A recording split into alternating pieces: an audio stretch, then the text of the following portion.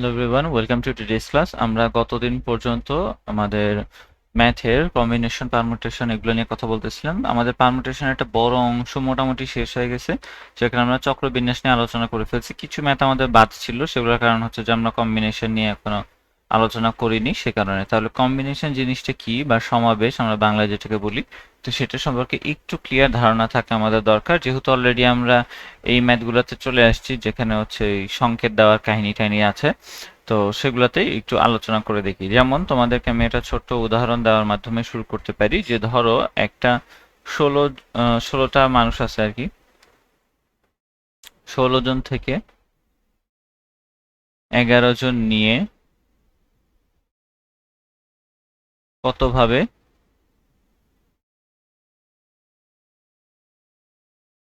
সাজানো যায়।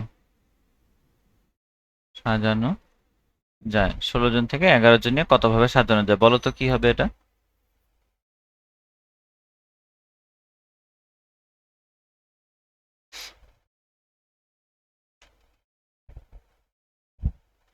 বলো।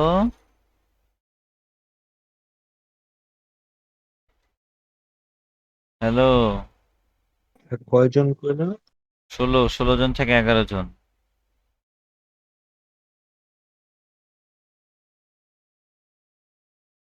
16 জন থেকে 11 জন নিয়ে কতভাবে সাজানো যায়? 16p11। এই তোমার আশেপাশে তুমি থাকো কই? বুঝি না। 16p11, তাই না? এটা আমরা শিখছি 16p11 হয়। এখন 16p11 এটা হচ্ছে সাজানোর উপায়। এখন সাজানোর সময় আসলে ঘটনাটা ঘটে দুইটা স্টেপে কিরকম? প্রথমত কিন্তু তোমাদেরকে দেখতে হয় যে 16 জন মানুষ আছে, তার মধ্যে থেকে তোমাকে প্রথমত 11 জনকে নিতে হয়, যে ভাই আপনি 11 জন আগে এখানে এসে দাঁড়ান। তারপরে সেই 11 জনকে আবার তুমি সাজাও, তাই না? সেই 11 জনকে আবার সাজানো দরকার হয়। 16 জন থেকে কোন 11 জনকে তুমি নিবা সেটা প্রথমত সিলেক্ট করতে হবে, তারপরে সেই 11 জনকে আবার সাজাইতে হবে। এটা হচ্ছে এক ধরনের সিলেকশন প্রসেস, আর এটা হচ্ছে এক ধরনের কোন অর্ডারে সাজাইতেছে সেই ক্রমের প্রসেস আর কি, অর্ডার ঠিক করা আর কি। তাহলে দেখো, সিলেকশন প্রসেসটাকে আমরা বলি হচ্ছে মূলত দল গঠন করা, বা হচ্ছে কি বলে এটার নাম, সমাবেশ করা ইত্যাদি। যেমন ধরো আমরা যখন ক্রিকেট খেলি আর কি, আমরা মানে আর কি ক্রিকেটের খেলার ভিতরে 16 জনের টিম থাকে। সেই 16 জনের একটা দল গঠন করা হয় শুরুতে, স্কোয়াড ঘোষণা করে। তারপরে যখন খেলতে নামবে, খেলার ওই যে যখন টস হয়, তখন টসের সময় কিন্তু কোন 11 জন প্লেয়ার খেলবে সেই প্লেয়ারের লিস্ট জমা দিতে হয়। হ্যাঁ, তখন তোমার কি মনে হয় এখানে কি কোন 11 জন খেলবে সেই লিস্টটা দেয়, নাকি কার পরে কে নামবে সেই লিস্টটা দেয়?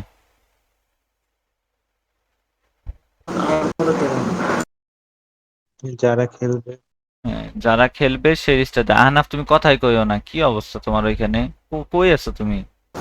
বিল্ডিং এর ফ্ল্যাট নির্মাণের কাজ চলতেছে পাশাপাশি। ফ্যানেরও তো আওয়াজ আসতেছে প্রচুর, বিল্ডিং এর কাজে না, ফ্যানের আওয়াজ আসে মেইনলি। আচ্ছা, যাই হোক। আমি একা রুমে, আর কেউ নেই। আচ্ছা, তো যেটা বলতেছিলাম যে যখন সকালবেলা আর কি জমা দেয় এই টসের সময়, সেটা হচ্ছে 11 জন, কোন 11 জন খেলবে শুধু সেইটা দেয়। ওরা কার পরে কোন ব্যাটসম্যান নামবে সেটা দেয় না, এবং এটার আসলে কোনো নির্দিষ্ট নিয়মও নাই। মানে কোথাও দিতেও হয় না এটা, মানে ইচ্ছা মতো তারা একটা কি বলে, একটা রাফ দিয়ে রাখে আর কি, যে যেটা আর কি স্ক্রিনে দেখাইতে হবে লোকজনের সেটা দেয়। কিন্তু কোন ব্যাটসম্যান আগে নামবে পরে নামবে সেটা সম্পূর্ণ তোমার ওই নীতি নির্ধারক, ওদের কোচ, টিম ম্যানেজমেন্ট ওরা নির্ধারণ করে। হ্যাঁ, তো মেইন কথা হচ্ছে যে এই যে ওরা 11 জনের লিস্টটা জমা দিল, ওই 11 জনের লিস্টে কিন্তু কোনো সাজানো থাকে না, শুধুমাত্র বাছাই করা হয় যে কোন 11 জন খেলবে।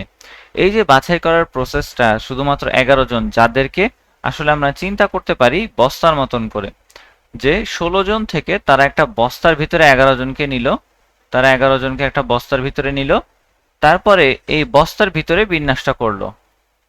হুম, বস্তাবন্দি করা, তারপরে বস্তার ভিতরে বিন্যাস করা, এরকম একটা ব্যাপার।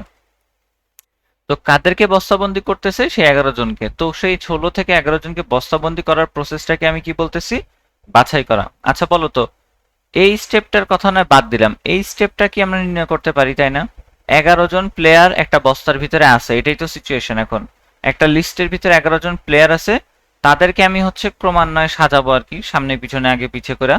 তাইলে এইটা কতভাবে করা যায়, এই যে অর্ডারে সাজানোর প্রসেসটা, এইটা কতভাবে করতে হয়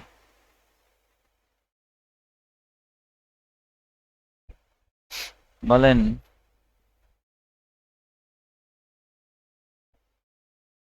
একটা বস্তার ভিতরে অলরেডি 11 জন আছে, সেই বস্তার ভিতরে 11 জনকে তুমি সাজাচ্ছ, কতভাবে সাজাইতে 11 পারবা? factorial 11 factorial.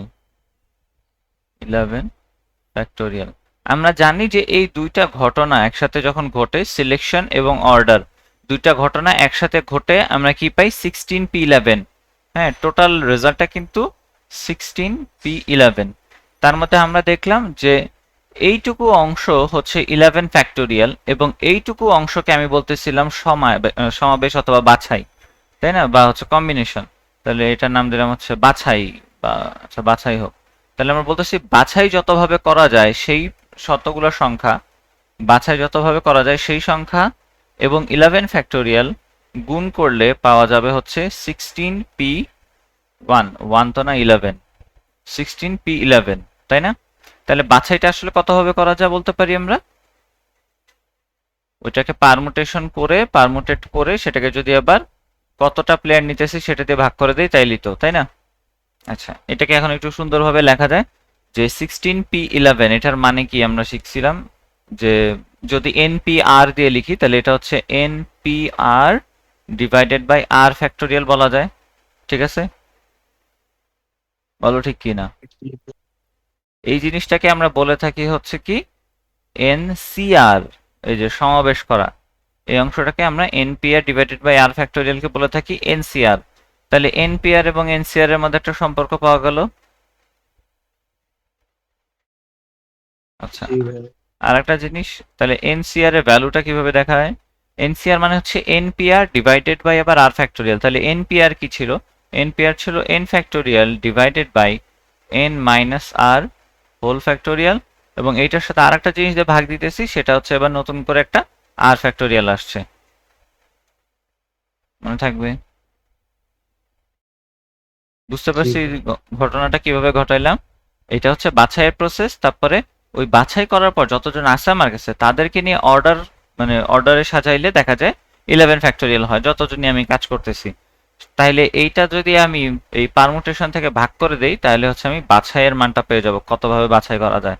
তো সেই ইকুয়েশনটা আমরা আর কি ডিরাইভ করে নিয়ে আসলাম এখন। আচ্ছা, কম্বিনেশন খুব মজার জিনিস, খুব জরুরি জিনিস। কম্বিনেশনের আচ্ছা ক্ষেত্রে ভাই, এই বাছাইটা কি ভাই 16 জন থেকে একবারে ডিরেক্ট ভাই 11 জন, যে হ্যাঁ, মাঝখানে যে 11টা বাদে? কোনটা বুঝিনি, আবার আবার আবার আবার বল। বাছাই 11 ফ্যাক্টোরিয়াল যে বললাম, হ্যাঁ এটা হচ্ছে আমি 16 জন থেকে 11 জন বাছাই করলাম, এরপরে হচ্ছে ওই 11 জনকে কতভাবে সাজাইলাম আর হ্যাঁ কি। হ্যাঁ হ্যাঁ, 11 জনকে কতভাবে সাজাইলাম সেটা হচ্ছে 11 ফ্যাক্টোরিয়াল। আর আর এই সবগুলোর মান হচ্ছে ভাই 16p11 এর। সবগুলোর মান হচ্ছে 16p11। আমরা তো এভাবে বলে থাকি 16 জন থেকে 11 জন নিয়ে কতভাবে সাজানো যায়, 16p11 না? তো তখন আসলে কাজটা হয় দুইটা প্রসেসে। প্রথমত আমরা সিলেকশন করি, তারপরে তাদেরকে অর্ডারে সাজাই। টোটাল ঘটনাটা হয় 16p11। বুঝতে পারলাম? বুঝছি। এটা পাইছিলাম কিভাবে? এই যে জি সিক্সটিন পি ভাইয়া। ইলেভেন, আমরা হচ্ছে ওই যে 11টা স্লট খালি আছে এভাবে চিন্তা করব। 11টা খালি আছে, তো প্রথমটাতে বসার অপশন কয়টা? 16টা। তারপরেরটাতে পাওয়া যাবে 15টা, এভাবে কমতে থাকবে। দেখা যাবে সেটা হয়তো মানে 11 পর্যন্ত গেছে আর কি, 16 থেকে পিছনের দিকে 11 ঘর এরকম। তো সেটাকেই তো আমরা ওই যে 16p11 বলে থাকি। আচ্ছা, জি ভাই। জি ভাই। এই জিনিসটা মনে হয় পিডিএফ এ থাকবে না, কারণ হচ্ছে আমি এটা তো অঙ্কের মধ্যে করছি। তোমরা এটার একটা স্ক্রিনশট তুলে নাও অথবা ভিডিও দেখে দেখা লাগবো। বুঝছো? জি ভাই।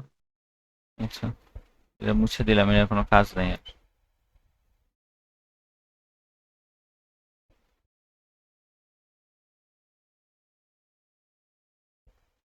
আচ্ছা, এখন অঙ্কের মধ্যে দিছে একজন সংকেত কারকের কাছে 6টা পতাকা আছে, যাদের মধ্যে একটা সাদা, দুইটা সবুজ আর তিনটা লাল। তো এখানে আবার সমস্যা আছে, এখানে কালার বোঝা যায় না, ইনভার্স করে রাখছি নাইট মোডে। আমরা একটু অরিজিনাল মোডে ফেরত আসি। কি কি আছে? সাদা সাদা পতাকা এখন কেমনে এখন? এই যে আচ্ছা, সাদা পতাকারে কালো করে রাখলাম আর কি। ধরলাম এটা হচ্ছে সাদা পতাকা, ভিতরের অংশটা সাদা। তারপরে হচ্ছে সবুজ পতাকা আছে দুইটা ওর কাছে, এরকম সবুজ পতাকা আছে দুইটা, ভালো কথা। আর লাল পতাকা আছে ওর কাছে তিনটা। ওকে, একটা, দুইটা, তিনটা, এরকম তিনটা লাল পতাকা আছে। এখন এই বেটা কি করছে, সে একসঙ্গে 6টি পতাকা ব্যবহার করেও পাঁচ কি আছে, ও একসঙ্গে 5টি পতাকা ব্যবহার করে বিভিন্ন সংকেত দিতে পারে। আচ্ছা, প্রথমত 6টা নিয়ে তারপরে 5টা নিয়ে করতে বলছে। আচ্ছা, তাহলে প্রথমত আমরা দেখি যে এখানে 6টা আছে, তো প্রথমত তো 6টার জন্য হিসাব করতে বলছে। তো 6টা পতাকাই যদি সে নেয় তাহলে কিভাবে আমরা হিসাব করতে পারি? 6টা পতাকা নেওয়ার জন্য 6 জন থেকে 6টা পতাকা, কেউ কি আসলে বাদ যাচ্ছে এখানে? বাদ যাচ্ছে না, কারণ আছেই 6টা পতাকা। তাহলে সবগুলো পতাকা নিতেছি আমি, তাহলে এখানে বাছাই করার আসলে কোনো দরকার নাই। তাহলে এখানে হচ্ছে এমন একটা ব্যাপার যে তোমার কাছে ধরো এ আছে, বি আছে দুইটা, সি আছে তিনটা, এইটাকে নিয়ে তুমি কতভাবে আর কি সাজাইতে পারো, ওয়ার্ড তৈরি করতে পারো। তাহলে এটাকে নিয়ে কতভাবে ওয়ার্ড তৈরি করা যায় বলো? প্রথমত যেহেতু 6 জন আছে তাই 6 ফ্যাক্টোরিয়াল, তাই না? বুঝছি। জি ভাইয়া। তারপরে 6 ফ্যাক্টোরিয়াল, তারপরে যেহেতু এখানে ডাবল আছে, কে দুইটা বি আছে, সেটার জন্য কত দিয়ে ভাগ করব? 2 2 ফ্যাক্টোরিয়াল। ফ্যাক্টোরিয়াল আর তিনটা সি আছে সেজন্য 3 ফ্যাক্টোরিয়াল। আচ্ছা, এটার মান আসবে হচ্ছে 6 ফ্যাক্টোরিয়াল মানে 720 বলছিলাম, নিচে হচ্ছে 2 আর হচ্ছে 6, তাহলে 12 দিয়ে ভাগ হয়, 6 12 72, 60 খুব সম্ভবত। আচ্ছা, এটা একটা গেল। এরপরে বলছে যে একসঙ্গে এবার 5টা পতাকা ব্যবহার করে কতভাবে সংকেত দিতে পারে। আচ্ছা, সে যখন 5টা পতাকা ব্যবহার করবে, এই যে 6 জন আছে এবিসিডি, মানে সহজ হিসাব হচ্ছে এইখান থেকে 5 জনকে নিয়ে আমি বাছাই করব। এই তো, আর তো কিছু না, তাই না? এই 6টা থেকে 5টাকে নিয়ে আমি কাজ করব যাতে সে কতগুলো ভিন্ন ভিন্ন ওয়ার্ড তৈরি করতে পারে, ব্যাপারটা এরকম। আচ্ছা দেখো, ও যখন ওয়ার্ড তৈরি করবে 5টাকে বাছাই করা যেতে পারে কতভাবে? প্রথমত চাইলে আমরা একটা এ বাদ দিতে পারি। ওয়েট, একটা এ, হ্যাঁ, প্রথমত চাইলে আমরা এটাকে হচ্ছে বইয়ে বিভিন্নভাবে করছে, হ্যাঁ বইয়ে ছক করে করা আছে, তো সেই প্রসেস তো তুমি চেনো। আমি হচ্ছে এটাকে ওয়ার্ড দিয়ে চিন্তা করা শিখাইতেছি তোমাদেরকে, যে একটি এ বাদ দিয়ে একটা এ ধরো নাই, তাহলে আমার কাছে কি কি আছে এবার? B B, C C C, তাহলে এটা নিয়ে কতভাবে বিন্যাস করা যায়? 5 factorial. 5 factorial divided by 2 factorial এবং 3 ফ্যাক্টোরিয়াল, শেষ। আচ্ছা, এবার একটি বি বাদ দিয়ে করি, একটি বি বাদ দিয়ে, তাহলে আমার কাছে আছে হচ্ছে A B C C C, তাহলে এটা কতভাবে হবে? 5 জন যেহেতু আছে 5 ফ্যাক্টোরিয়াল, তার মধ্যে ডাবল আছে, ডাবল তো নয় ট্রিপল আছে, তিনটা সি, সে কারণে 3 ফ্যাক্টোরিয়াল দিয়ে ভাগ হয়ে যাবে, অ্যাজ সিম্পল অ্যাজ দ্যাট। এরপরে বলছে, বলে নাই আর কি, তারপরে হচ্ছে আমরা একটা সি কে এবার বাদ দিব, একটি সি বাদ দিয়ে। তোমাদের বই যেটা করছে সেটা হচ্ছে বাদ দেওয়ার হিসাব করে না, ওরা হিসাব করছে নেওয়ার হিসাব, যে কয়টা নিতেছি আমরা। দেখো আমাদের ব্যাপারটা কি, যে আমাদের এখানে 6টা পতাকা ছিল, সেখান থেকে আমরা 5টা নিতেছি। তো 6টা থেকে 5টা নেওয়া আর 6টা থেকে একটা বাদ দেওয়া, কোনটা সহজ মনে হয়? হুম, অবশ্যই একটা বাদ বাদ দেওয়া। দেওয়া সহজ, সে কারণে একটা বাদ দিয়ে চিন্তা করাটা কম্পারেটিভলি ইজিয়ার দেখে একটা বাদ দিতেছি। কিন্তু প্রয়োজনের মুহূর্তে আমরা ঠিকই সিলেকশন প্রসেসে যাব, তখন 5টা নিব, বলবো যে এই কালো পতাকা একটা নাও, সবুজ পতাকা একটা নাও, লাল পতাকা 3টা নাও, এরকম। আচ্ছা, তো যেটা বলতেছিলাম, একটা সি যদি বাদ দেই তাহলে আমার এখানে থাকে A B B C and C, তাহলে এটা হইতেছে 5 ফ্যাক্টোরিয়াল ডিভাইডেড বাই 2 ফ্যাক্টোরিয়াল এবং 2 ফ্যাক্টোরিয়াল। তাহলে এগুলোর মান দেখি কত আসে। 120 আর নিচে হচ্ছে এখানে 12, তাহলে এটা আসবে 10, এটা 120 নিচে আসতেছে 6, তাহলে এটা আসতেছে 20, এটা 120, নিচে আসতেছে 4, তাহলে এটা আসতেছে 30। তাহলে এই ঘটনাগুলোকে যেহেতু আমি কি ডিফারেন্টলি চিন্তা করছি ইন্ডিভিজুয়ালি, এদেরকে এখন যদি আমি যোগ করে দিই তাহলে আমি ফাইনাল রেজাল্টটা পাওয়া যাব, যেটা আসতেছে আবারও একই অ্যান্সার 60 উপায়ে। বুঝতে পারলাম? জি ভাইয়া। বুঝছি সবাই নাকি দেখো? জি ভাইয়া। আচ্ছা, এই যে আমার পতাকার রং উল্টায় গেল এখন।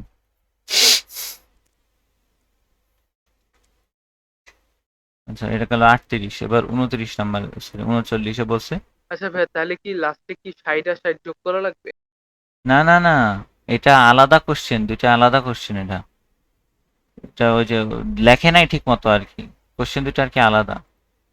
যদি বলতো, যদি এই যে দেখো এখানে বলছে ব্যবহার করে এবং একই সঙ্গে 5টি পতাকা ব্যবহার করে কতটি বিভিন্ন সংকেত দিতে পারে, অ্যান্সার যোগ করতে হবে না। এটা দুইটা আলাদা কোশ্চেন। যদি কোনোভাবে এদেরকে বলতো এবং, এরকম দেখা যায় কিছু ম্যাথে হচ্ছে বলে এবং দিয়ে প্রকাশ করে জিনিসটাকে, এটাতে বোঝা যাচ্ছে যে এটা এক্স্যাক্টলি আলাদা। এটা মানে আরো এরকম ম্যাথ পাবো যেগুলো বুঝতে পারবে এগুলো আলাদা। কিন্তু কিছু ম্যাথ আছে মাঝে মাঝে সেগুলোকে বলে এইটা এবং এইটা, তখন হচ্ছে দুই ধরনের শর্ত আরোপ করে। এখন এটা কিন্তু দুই ধরনের শর্ত না যে তুমি 6টা পতাকা নাও একবার 3টা পতাকা নাও, এরকম না। এটা কিন্তু কোনো শর্ত না, এটা হচ্ছে কি বলবো, এটা ক্রাইটেরিয়া কাইন্ড অফ।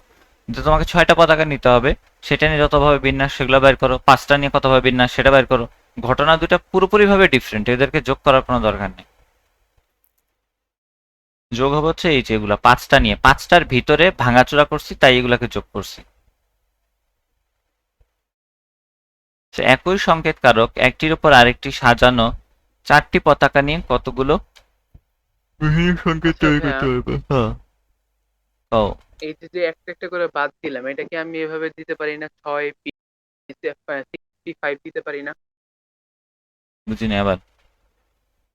মানে হচ্ছে আমরা তো ভাই 6টা পতাকা ছিল, এখান থেকে তো আমরা বারবার 5টা 5টা করে নিচ্ছি, তাহলে আমি 6P5 দিতে পারি না? 6P5? জি রিপিট ভাইয়া। আছে তো, রিপিটেবল। এরপর জিনিসপত্র যেগুলা, রিপিট আছে যে, এটাকে এই যে তো ওয়ার্ড দিয়ে দেখালাম, তুমি যখন ওয়ার্ড তোমার কাছে চলে আসে তো সেই জন্য তো তখন তুমি এভাবে হিসাব করো, তাই না? বাছাইয়ের প্রসেসটা তো আমি মানে বাদই, মানে শুরুতেই বাদ দিছি, তো 6P5 এর তো প্রশ্নই আসে না। আমি জিনিসটাকে যখন আলাদাভাবে ভেঙে নিলাম, এই ভেঙে নেওয়ার উদ্দেশ্যই তো এটা। অ্যান্সার মিলতেও পারে, দেখি ট্রাই করি। যখন বলছো দেখি কি জানি বলছো 6P5 দিব, তাই তো? 6P5 দেওয়ার মানে হচ্ছে, না এটা করা যাবে না, কারণ হচ্ছে তুমি যখন 6P5 মানে প্রত্যেকবার একজন বাদ যাইতেছে, তো দেখা যায় যে এক একজন বাদ গেলে হঠাৎ দেখা যায় যে কি বলে, একবার বি দুইটা হইতেছে, একবার বি একটা হচ্ছে, একবার সি দুইটা হইতেছে, একবার সি তিনটা হচ্ছে। তো এই চেঞ্জেসটা চলে আসে। যেমন ওই যে আমাদের ইয়ার ক্ষেত্রে ঝামেলা হয়েছিল যে কি বলে ওর নাম, সংখ্যা গঠনের সময়, যে শুরুতে যদি আমি শূন্য মানে শূন্য বাদ মতবাদ দিয়ে দেই, তাহলে লাস্টে যে আমার 5 হবে না 0 হবে, দুইটা ডিফারেন্ট কেস মনে হচ্ছিল না। দেখা যাচ্ছে একই ঘটনার জন্য তোমার অবশিষ্ট সংখ্যা থাকতেছে 4টা, আবার দেখা যাচ্ছে 5টা। হ্যাঁ, ওইখানেও এরকম একটা কনফিউশন তৈরি হয়েছিল। এইটার আর ওইটার মানে কনফিউশনটা মূলত একই রকম। সেই জন্য আমরা ঘটনাগুলোকে ডিফারেন্টলি চিন্তা করতেছি, যাতে ওই সমস্যাটা না আসে। ব্যাপারটা কি যে তুমি বুঝতেছো হয়তো এখন যে 5P3 যদি তুমি, সরি, 6P5 যদি তুমি নাও, এই হিসাবটা করো, তাহলে এর ভিতরে তারপরে যখন তুমি রিপিটেশনের জন্য ভাগ করবা, তো ভাগ করার সময় ঝামেলাটা হবে কি, যে এক এক ঘটনায় বি এর সংখ্যা এক এক রকম। এইটাতে এই ঘটনার ভিতরে দেখা যাচ্ছে বি দুইটা আছে, এইটাতে দেখা যাচ্ছে বি একটা আছে, এটাতে দেখা যাচ্ছে বি আবার দুইটা আছে। তো এটার মধ্যে যে একটা আছে এই হিসাবটা তুমি কিভাবে করবা? এই যে 20 জনের হিসাবটা তো তখন মানে মিলবে না অন্যদের সাথে। হুম, সেজন্য আলাদাভাবে করাই শ্রেয়। জি ভাইয়া। দেখে ফাইয়াজ নাবিদ মেলাদিন পড়াইছে। আচ্ছা, একই সংকেত কারক একটির উপর আরেকটি সাজানো পতাকা নিয়ে কতগুলো বিভিন্ন সংকেত তৈরি করতে পারবে? 4টা পতাকা নিয়ে কাজ করতে বলছে এবার। আচ্ছা, 4টা পতাকা নিলে এবার হচ্ছে দুইজনকে বাদ দেওয়া কঠিন, আমরা হচ্ছে এবার ভেঙে ভেঙে করার চেষ্টা করব।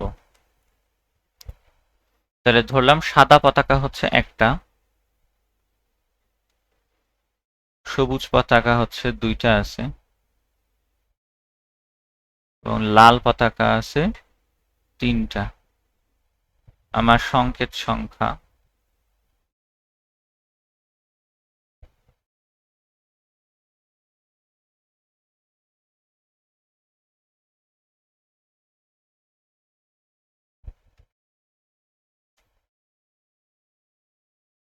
আচ্ছা, এগুলার ক্ষেত্রে খুব কেয়ারফুলি হিসাব করতে হয় যে আমরা কাকে বাদ দিতেছি না বাদ দিতেছি, কারণ কোন কম্বিনেশনটা মিস যাইতেছে এটা কিন্তু একটু হিসাব করে দেখতে হবে। প্রথমত আমি যেটা করতে পছন্দ করি যে আমাদের এখানে প্রত্যেকবার দুইটা করে বাদ যাবে, এটা তো বুঝতেছি তাই না, প্রত্যেকবার দুইটা করে বাদ যাবে। তাহলে প্রথমত সাদাকে পুরোপুরি বাদ রেখে কতগুলো বিন্যাস তৈরি করা যায় এটা দেখব। সাদাকে পুরোপুরি ভাবে বাদ রাখবো, সাদা থেকে নিব 0টা। তাহলে 4টা পতাকা তৈরির জন্য এখন সবুজ আর লাল এখন আছে 5জন, তারা সবুজ আর লাল 5জন আছে। তাহলে 5জন থেকে যদি 4জন নেই, 5জন থেকে এখন আমাকে 4জন নিতে হবে, তাহলে একবার সবুজ থেকে একটা কম নিব, একবার লাল থেকে একটা কম নিব, তাহলেই তো হয়েছে। তাহলে সবুজ থেকে প্রথমত একটা কম নেই, এখানে আসে 1, এখানে আসে 3। এবারও সাদা থেকে 0টা, কিন্তু এখন আমার দরকার, এখন আমার কাছে আছে 5টা পতাকা, 2টা এবং 3টা, 5টা পতাকা আছে। এইখান থেকে আমি 4টা নিতে চাচ্ছিলাম, তো 4টা নেওয়ার সময় একটা একটা করে একবার এক একজনের থেকে বাদ দিলে হয়। সবুজ থেকে আমরা প্রথমে বাদ দিছি, এবার লাল থেকে একটা বাদ দিব। তাহলে লাল থেকে একটা বাদ দিই, তাহলে লাল থেকে বাদ দিলে হয় এখানে 2টা, কিন্তু এখানেও 2টা হয়েছে। আচ্ছা, পরেরটা দেখি। পরের বারে এবার আমাদের মানে সাদাকে শূন্য নিয়ে যা যা করা সম্ভব করে ফেলছি। তাহলে সাদাকে এখন আর শূন্য বানায় লাভ নাই, সাদাকে এবার 1 রাখতে হবে। সাদাকে 1 রাখছি, তাহলে এখন আমার কাছে 5টা পতাকা আছে, আমাকে কয়টা চয়েস করতে হবে?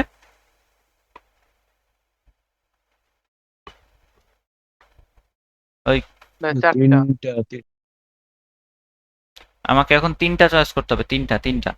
হ্যাঁ, তো 3টা চয়েস করার ক্ষেত্রে একই রকম ভাবে দেখবো যে সবুজ আর লাল, হ্যাঁ, তো এদের মধ্যে থেকে 2টা বাদ দিতে হবে। প্রথমবার সবুজ থেকে 2টা বাদ দেই, তারপর লাল থেকে 2টা বাদ দেই, তারপর দুইজনের থেকে একটা একটা করে বাদ দেই, এমন হইতে পারে। তাহলে প্রথমত সবুজ থেকে 2টা বাদ, লাল থেকে নিয়ে নিলাম 3টা। পরের বারে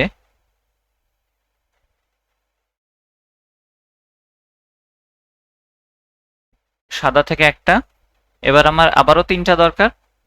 সবুজ থেকে পুরোপুরি ভাবে 2টা নিলাম, আর ওর কাছ থেকে নিলাম একটা, কারণ আমার 2টা করে বাদ দিতে হবে। আমার কাছে এখানে অলরেডি আমি একটা নিয়ে নিছি, আমার কাছে পতাকা আছে 5টা, কিন্তু আমার নিতে হবে 3টা।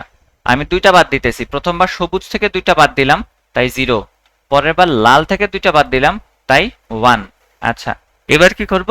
যেহেতু 2জন আছে আমার 2 রকমের পতাকা এবং আমার বাদ দিতে হবে 2টা, প্রত্যেকবার একটা একটা করে বাদ দেই।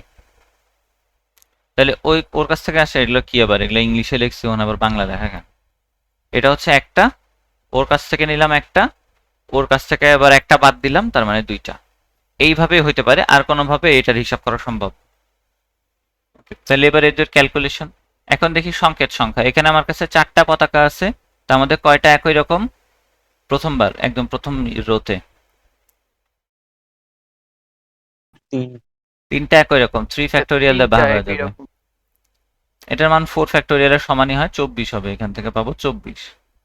ওকে, তারপরে আছে আমার কাছে 4টা পতাকা, তার মধ্যে 2টা একই, 2টি একই, 2টি একই, 2 ফ্যাক্টোরিয়াল 2 ফ্যাক্টোরিয়াল দিয়ে ভাগ, তা 4 দিয়ে ভাগ হয়ে 3 ফ্যাক্টোরিয়াল মানে হচ্ছে 6 থাকবে। তারপরে আবারও আমার কাছে 4টা পতাকা, তার মধ্যে 3টি একই, তো 3 ফ্যাক্টোরিয়াল দিয়ে ভাগ হয়ে গেল। আচ্ছা ওয়েট, 3 ফ্যাক্টোরিয়াল দিয়ে ভাগ হলে 24 থাকে নাকি?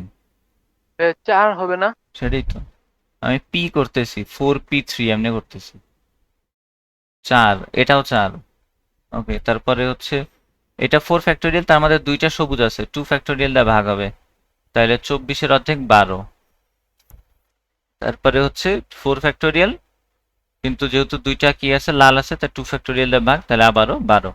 এদেরকে এবার যেহেতু ডিফারেন্ট চিন্তা করছি, এদেরকে এবার যোগ করে দিতে হবে। এটা হচ্ছে 10, আর এটা কত, 14, 12-তে 26, আর 12-তে 38। মনে থাকবে? মজার ব্যাপার হইতেছে এই যে অ্যান্সার আমার 48 হয়, এটা তো আমার মুখস্থ রাখতে হবে, কারণ এগুলা ইয়াতে দেয়, প্রচুর দেয়। অ্যাডমিশন টেস্টের এমসিকিউতে এটি প্রচুর থাকবে, সেজন্য এই অ্যান্সারটা পারলে মুখস্থ করে ফেলবো। আচ্ছা, পতাকা বানানো শিখছি। এর ভিতরে কিন্তু কোনো সমাবেশ ছিল না, ঠিক আছে? ছিল আর কি সমাবেশ, আমরা এই যে এর ভিতরে আলাদা আলাদা ভাবে চিন্তা করছি দেখে সমাবেশটা আসলে বোঝা যায় নাই, কিন্তু সমাবেশ হয়েছে এর ভিতরে। আপাতত সমাবেশ নিয়ে চিন্তা না করলেও হবে। এই প্রসেসটা বুঝছি নাকি বলো? জি ভাইয়া। ওই এবিসিডি এর মতন করে চিন্তা করে ফেলাবা, জি শেষ। ভাইয়া। আচ্ছা, তারপরে হচ্ছে এবার ইয়া নিয়ে কাহিনী, জ্যামিতির কিছু অংশ নিয়ে আমার খুব পার্সোনালি খুব ফেভারিট একটা জিনিস আর কি, জ্যামিতি দিয়ে এগুলা সলভ করা, জ্যামিতি দিয়ে হচ্ছে বিন্যাস সমাবেশ করা, যার মধ্যে লাস্টের অঙ্কটা মনে হয় আমি পারি না। আচ্ছা, তো মেইন কোশ্চেনটা আসলে দেখি, তারপর আমরা দেখি যে ওই সূত্রগুলো উপরে কি দিছে ওগুলো নিজেরা ব্যাখ্যা করা শিখে ফেলবো। ঘটনাটা ঘটে কিভাবে ওটা দেখলে সূত্র বাইর করা দরকার হয় না আসলে। 20টি বাহু বিশিষ্ট সুষম সমতলিক ক্ষেত্রের কৌণিক বিন্দুগুলো সংযোগ প্রাপ্ত রেখা দ্বারা কতগুলো ত্রিভুজ গঠন করা যায়? মানে হচ্ছে সুষম বাহু বিশিষ্ট সমতলিক ক্ষেত্রে, সরি, ষড়ভুজ অষ্টভুজ এগুলা, তাহলে কোনাকুনি ভাবে বাহুগুলাকে যোগ করে কতগুলা ত্রিভুজ তৈরি করা যায় সেটা বুঝাইছে।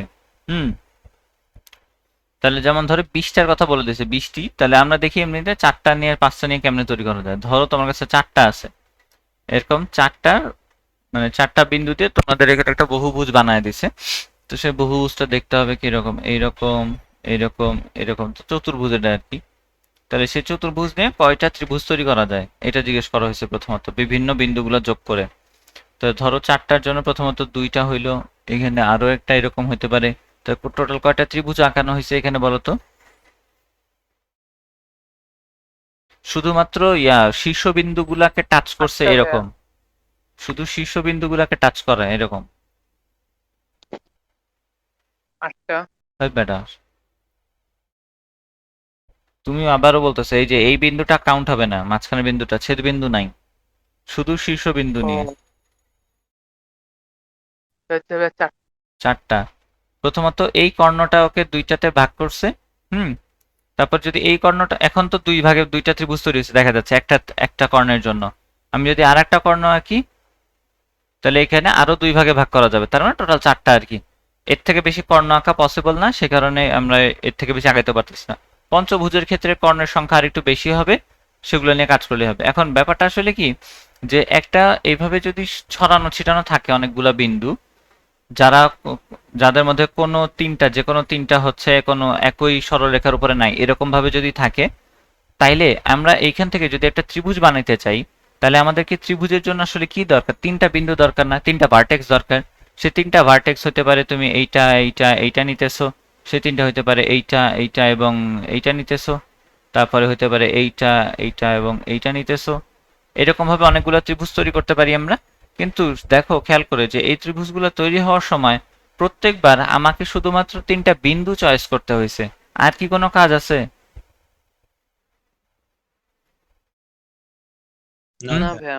কিন্তু আবার হচ্ছে মনে আছে আমরা যখন সরলরেখা পড়ছিলাম তখন ত্রিভুজের ক্ষেত্রফল পড়ার সময় একটা কথা বলছিলাম, যে ত্রিভুজের ক্ষেত্রফল বের করার সময় কোন বিন্দু আগে আসে পরে আসে সেটা না দেখলেই হয়। 3টা বিন্দু পর পর হচ্ছে তোমার কোশ্চেন যেভাবে আছে ওইভাবে বসায় দিয়ে লাস্টেরটা রিপিট করে দিলেই হচ্ছে আমরা ক্ষেত্রফল পেয়ে যাই, এটা বলছিলাম না? তো কেন এটাকে দরকার হয় না, যে ইয়া করার জন্য কি বলে, অর্ডার মেনটেন করার দরকার হয় না? তার কারণ হচ্ছে যে কোনো ত্রিভুজের আসলে তুমি এই দিক থেকে গণনা শুরু করো কিংবা এই দিক থেকে কিংবা এই দিক থেকে, ত্রিভুজটা আসলে সেমই থাকে। অন্য যদি চতুর্ভুজের কাহিনীর দিকে চলে যাও তাহলে ঘটনা ডিফারেন্টলি ঘটতে পারে। যেমন ধরো একটা, ধরো এইরকম বিন্দু আছে, আহ, হ্যাঁ, মানে এটারে নিয়ে ধরো তোমার আমি চতুর্ভুজ বানাইতে বলছি, তুমি কেমনে বানাবা বলো তো? 1 2 3 4, এই 4টা বিন্দুতে চতুর্ভুজ বানাইতে বলছি, চতুর্ভুজটা দেখতে কিরকম হবে কও?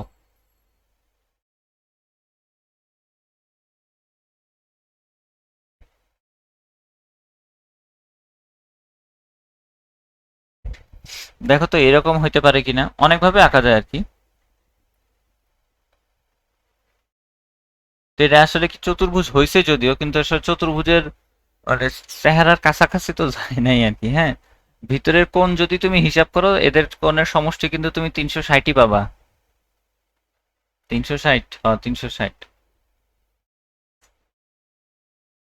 বোঝো নাই মনে হয়, জি বুঝছো কি? ভাইয়া। এটা কেমনে? এইখানে হয় 360 হয়, দেখো।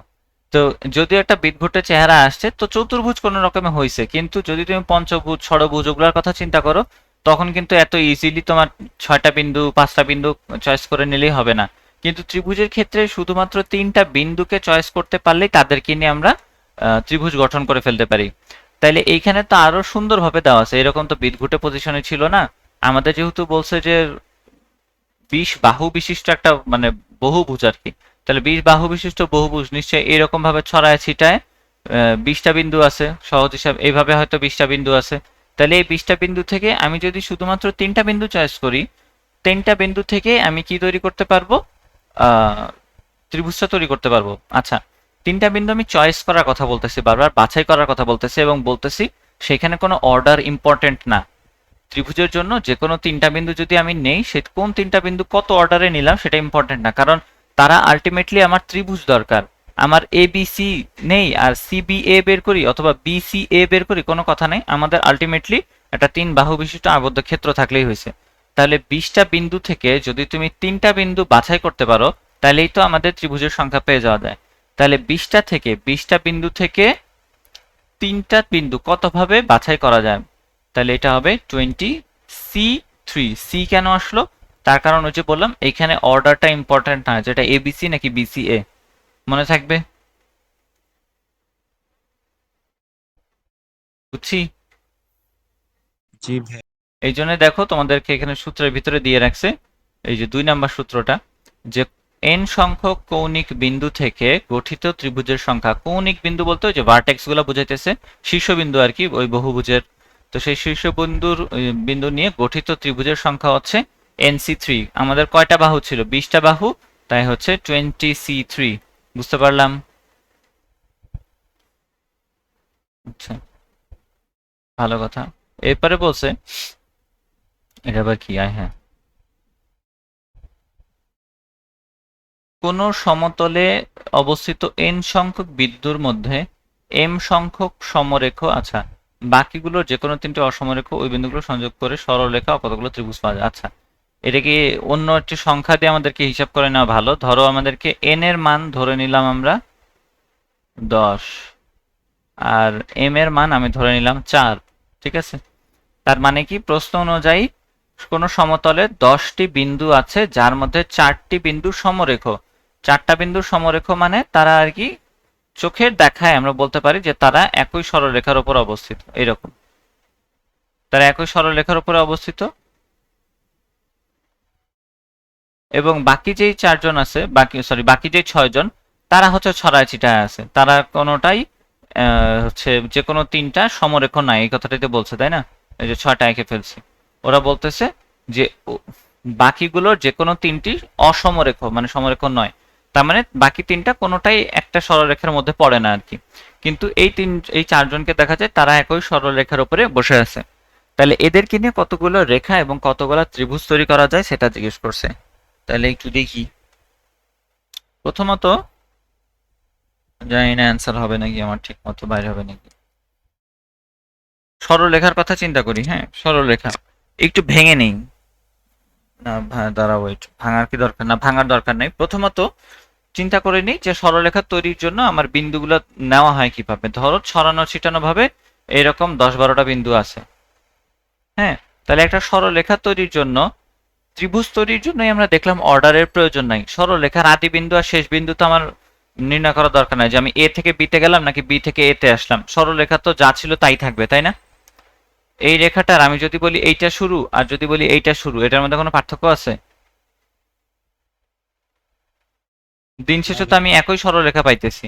তার মানে হচ্ছে অনেকগুলা বিন্দু যদি তোমার কাছে থাকে, ধরো তোমার কাছে 6টা বিন্দু আছে, সেই 6টা বিন্দু থেকে তুমি যদি সরলরেখা তৈরি করতে চাও, তাহলে 6টা বিন্দু থেকে 2টা করে চয়েস করলেই হবে, যে কোনো 2টা। তাহলে কতভাবে এই যে কোনো 2টা চয়েস করা যায়? সেটা হচ্ছে 6C2। ঠিক একই রকম ভাবে এইখানে প্রথমত আমরা ধরে নিব আমার কাছে যে 10টা টোটাল বিন্দু ছিল, সেই 10টা থেকে আমি শুধুমাত্র 2টা নিয়ে সরলরেখা তৈরি করতেছি।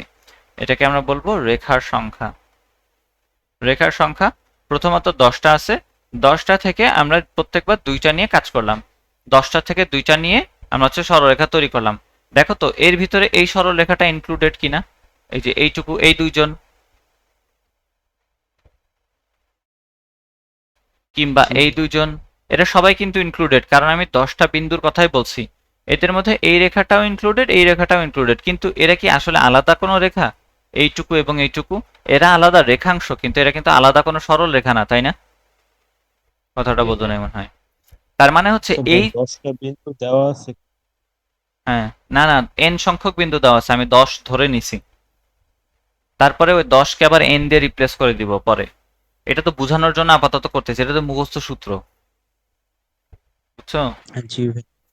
আচ্ছা, যেটা বলতেছিলাম যে আমার কাছে 10টা বিন্দু আছে, আমি সেখান থেকে 2টা নিয়ে তৈরি করা রেখা দেখছি, রেখা পাইছি, কিন্তু আমরা এখন দেখতেছি কি যে এই 4জন মিলে যে রেখাগুলো তৈরি করে, এই দুইজন তৈরি করুক কিংবা এই দুইজন তৈরি করুক কিংবা এই দুইজন তৈরি করুক কিংবা এই দুইজন তৈরি করুক, প্রত্যেকবার আসলে একই রেখা তারা নির্দেশ করতেছে, তাই না? এটা তো ডিফারেন্ট কোনো রেখা না, একটাই রেখা। তাহলে এরা মিলে যতগুলো রেখা তৈরি করে সবগুলাই কি বাদ চলে যাবে না? শুধু একটা অবশিষ্ট থাকবে। জি ভাই। হুম, তাহলে এই 4জন মিলে কয়টা রেখা তৈরি করতে পারে? যে কোনো 4টা বিন্দু রেখা তৈরি করতে পারে, হচ্ছে 4টা বিন্দু যদি দেওয়া থাকে তোমাকে, তাহলে তারা রেখা তৈরি করতে পারবে 4c2 উপায়ে। তাহলে 4c2 সংখ্যক রেখা বাদ চলে গেল। আচ্ছা, 4c2 সংখ্যক রেখা বাদ চলে যাওয়া মানে এই 4টা মিলে যতগুলো রেখা হয় সব বাদ। সবগুলো তো আমার বাদ দেওয়ার দরকার নেই, লাস্টে তো আমার একটা রেখা থেকে গেছে, তাই না?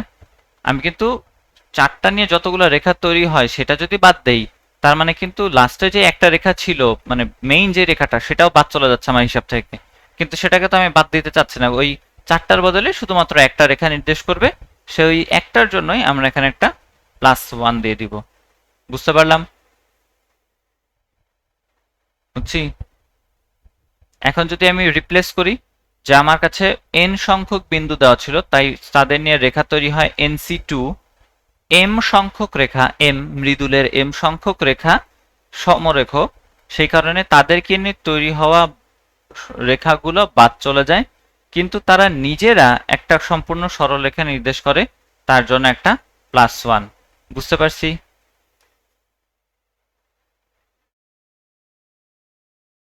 বোঝো নাই মনে হয়। বুঝছি ভাইয়া। সত্যি বলছো? একটু আরেকবার। আচ্ছা, 10টা রেখা আছে আমার, সরি 10টা বিন্দু আছে আমার কাছে, 10টা বিন্দু থেকে সরলরেখা তৈরি করার জন্য যে কোনো 2টা বিন্দু নিলেই হয়। আমি এ থেকে বি তে যাইতেছি নাকি বি থেকে এ তে আসতেছি, এটা যেহেতু ম্যাটার করে না, সেই কারণে এই হিসাবটা হবে কম্বিনেশনের জন্য। তাহলে 10টা থেকে 2টা বিন্দু নিয়ে আমি কতভাবে কম্বিনেট করতে পারি, সেটা হচ্ছে 10c2। হ্যাঁ, আচ্ছা, মানটা আসবে 45, এটার মান 45, যাই হোক। তো 10c2, কিন্তু আমরা দেখতেছি আমি যে হিসাবটা করছি তার মধ্যে এই 4টা রেখা নিয়ে, সরি এই 4টা বিন্দু নিয়ে তৈরি হওয়া রেখাগুলা ইনক্লুডেড, কিন্তু এটা তো আসলে নিজেরা কোনো রেখা তৈরি করে না, কারণ এই দুইজন কিংবা এই দুইজন কিংবা এই দুইজন, এরা যারাই থাকুক না কেন, তারা আসলে ঘুরে ফিরে ওই একটা সরলরেখা নির্দেশ করতেছে।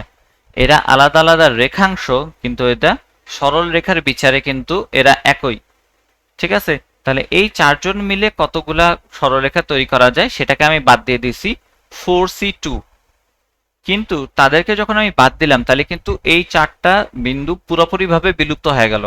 কিন্তু এরা তো একটা সরলরেখা নির্দেশ করতেছিল, তাই না? ঘুরে ফিরে বারবার একটা সরলরেখাই নির্দেশ করতেছিল। তো সবাইকে বাদ দেওয়া মানে ওই একটা সরলরেখাকে বাদ দিয়ে দেওয়া। তো সেটাকে বাদ না দিয়ে সেটাকে রাখার জন্য ওই একটা সরলরেখার জন্য আমরা ভদ্রতা করে একটা 1 রাখছি। তারপরে আবার ওই একই কাহিনী, টোটাল যতগুলা বিন্দু ছিল সেটা ছিল nc2, যতগুলা সমরেখা ছিল সেটার মান দেওয়া ছিল m, তাই mc2, আর হচ্ছে প্লাস ওই একটা সরলরেখা। বুঝছি? জি বোঝো নাই ভাইয়া মনে হয়। এখানে তো বলছে ভাইয়া যে বলো। ওরা তো বলছে ভাইয়া যে কোনো তিনটা সমরেখ। এখন ওই যে বাকি তিনটা যে সমরেখ ওইটা। এ ভালো করে পড়, অসমরেখ বলছে। অস, জি ভাই, বাকি তিনটা অসমরেখ। আমাদের তো 10টা নিলাম, তাহলে 10টার মধ্যে 4টা আমি সমরেখ দিলাম। হ্যাঁ, এখন বাকি যে 6টা আছে ওটার মধ্যে 3টা অসমরেখ, আর বাকি 3টা।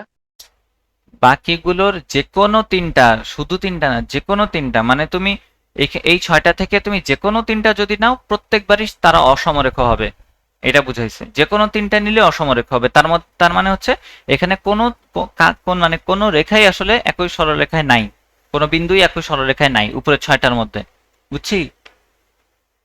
এদের একটা ভাষার আর কি ভাষা দিয়ে প্যাঁচ মারছে। বাকিগুলোর যে কোনো 3টি অসমরেখ, এইখান থেকে 6টা থেকে তুমি যে কোনো 3টাই যদি নাও দেখা যাবে তারা অসমরেখ হইতেছে, তার মানে সবগুলোই অসমরেখ কাইন্ড অফ, বুঝছি এবার? জি ভাইয়া। হুম। এই সূত্রটা দেখো আবার উপরে দেওয়া আছে, এই জায়গায় আছে মনে হয় নাকি নাই, এই যে আছে, এই যে লক্ষণীয় n সংখ্যক কৌণিক বিন্দুর মধ্যে কি হলো, হ্যাঁ, কৌণিক বিন্দুর মধ্যে 2 এর অধিক বিন্দু একই সরলরেখায় থাকতে পারবে না।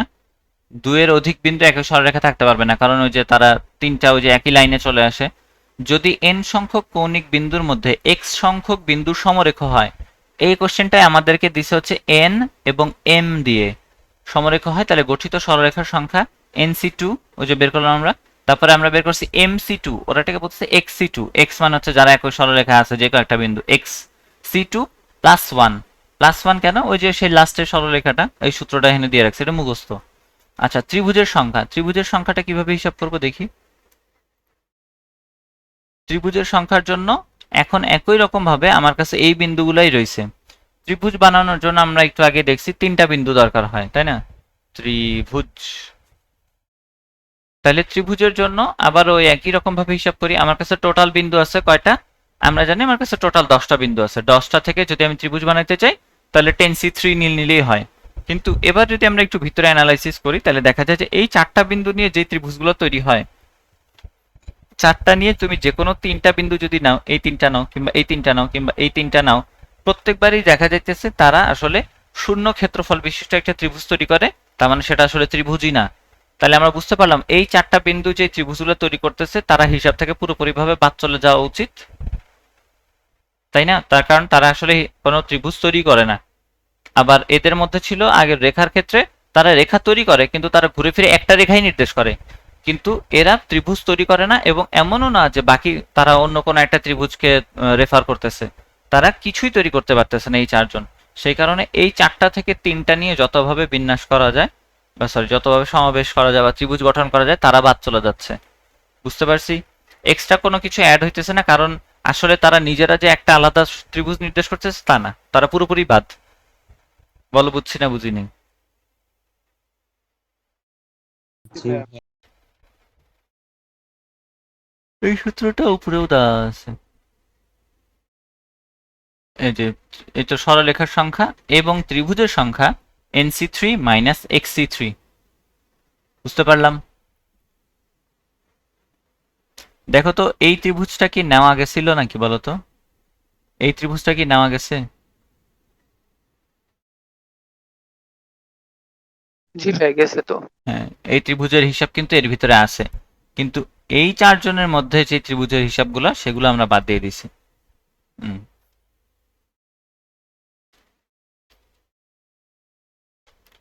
ওকে, তারপরে কি আছে, এটা খুব মানে মজার। 7টি সরল রেখার দৈর্ঘ্য দেওয়া আছে, আচ্ছা এটা আমি পারি না। একটি চতুর্ভুজ গঠন করো, তাদের 4টি সরল রেখা হচ্ছে কি কইছে না, গঠন করতে কি একটি গঠন করতে তাদের 4টি সরল রেখা যত প্রকারে বাছাই করা যায় তার সংখ্যা 32 হচ্ছে। অ্যান্সারই যে 32 সেটা কয়ে দিছে আর কি। প্রথম কথা হচ্ছে সেটা পারি না। তারপরে আচ্ছা দেখো, ওরা আমাদেরকে দিছে 7টা রেখা, তাই না? 7টা সরল রেখা দিছে। তো 7টা সরল রেখা থেকে যদি আমি চতুর্ভুজ বানাইতে চাই তাহলে এতে মাপের হিসাব বাদ দাও, 7টা সরল রেখা থেকে চতুর্ভুজ বানাইতে গেলে কত উপায় বানানো যায়? ওটা চতুর্ভুজ বানাইতে লাগে কয়টা রেখা? 7c4। p4 না c4? জি ভাইয়া, c4ই বলছি। 7c4, 7c4 এর ভ্যালু হচ্ছে 35, 7c4 হচ্ছে 35 আসবে। এগুলার ক্যালকুলেশন কিভাবে করব ইজিলি, এগুলো আমরা হচ্ছে একটু পরে দেখবো। হ্যাঁ, আপাতত দরকার নেই, একটু পরে দেখতেছি যে কিভাবে মানে মুখে মুখে আমি করতেছি এগুলা। আচ্ছা, 7c4 করলাম, এটা হচ্ছে আসলে টোটাল চতুর্ভুজের কথা হওয়ার কথা ছিল, 35টা, কিন্তু আমার অ্যান্সারে কইছি যে ভাই এটা তো 32 হওয়ার কথা। তাহলে এই যে তিনটা গেল, এই তিনটা কই যাব? এই তিনটা ত্রিভুজ মানে তিনটা চতুর্ভুজ, কোন তিনটা বাদ গেছে? চতুর্ভুজ গঠন করার জন্য একটা শর্ত আছে যে যে কোনো তিন বাহুর সমষ্টি 4 নাম্বার বাহুটার থেকে ছোট হবে, তাই না? বুঝি?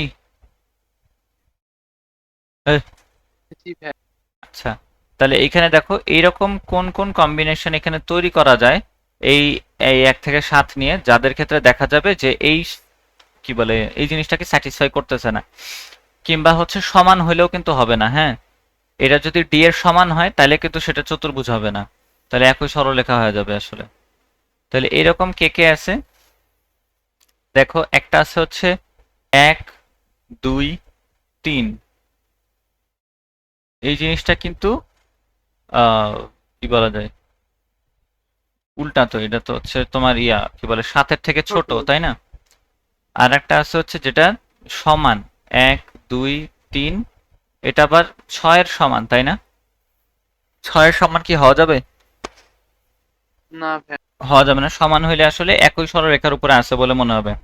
আর একটা বাদ যাবে, সেটা হচ্ছে 1 2 3 তো নিছিলাম, এবার 1 2 4 যদি নাও তাহলে কত আসে দেখো তো, যোগফল 7-এর সমান চলে আসে। 7 তো আমাদের এক্সিস্ট করে 7 নাম্বার বাহুটা।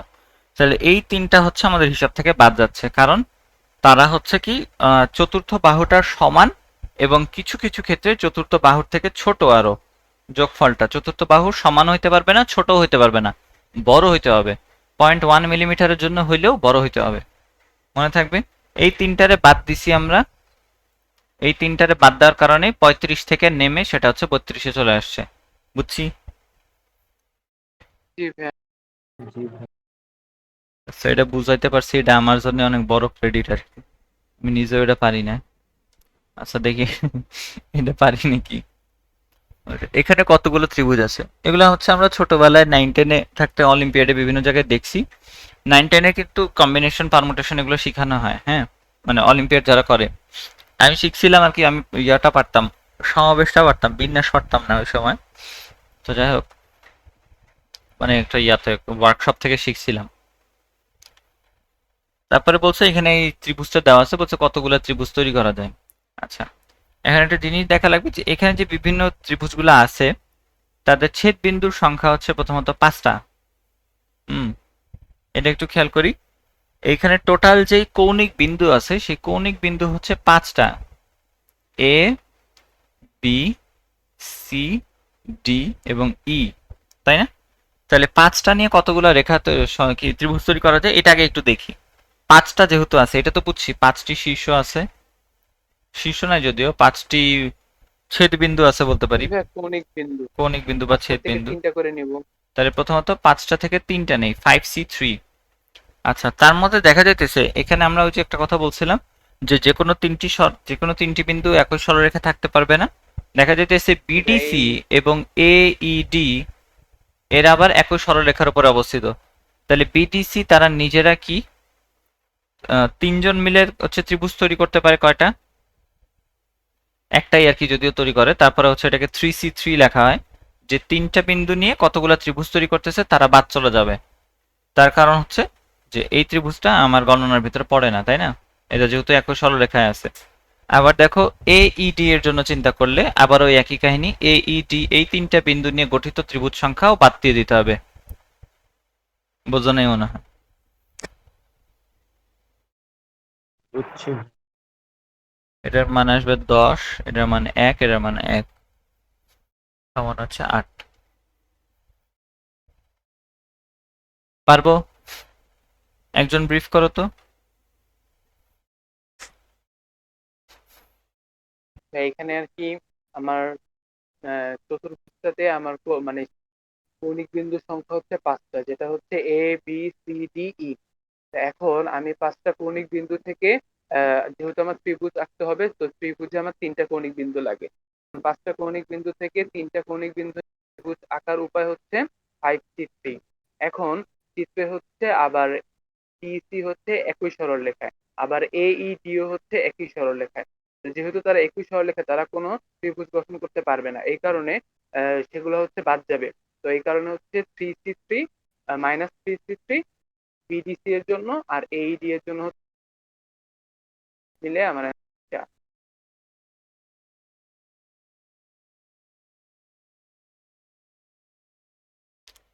আচ্ছা, তাহলে আমরা ফেরত আসি। তাহলে এই হচ্ছে আমাদের এই ত্রিভুজের কাহিনী গেল। ত্রিভুজ নিয়ে আরো কিছু ম্যাথ আছে, এখানে বুঝতেছি না এখানে কেন নাই উদাহরণে। যেমন আমি হচ্ছে একটা ম্যাথ করাই, দেখি। আচ্ছা, এই যে ভাইয়া সি এর যে মানগুলো এটা কিভাবে একটানা করে ফেলো? হ্যাঁ হ্যাঁ, করাবো করাবো, এটা দেখাবো। এই যে এখনো ওই ক্যালকুলেশন আমরা যাইনি।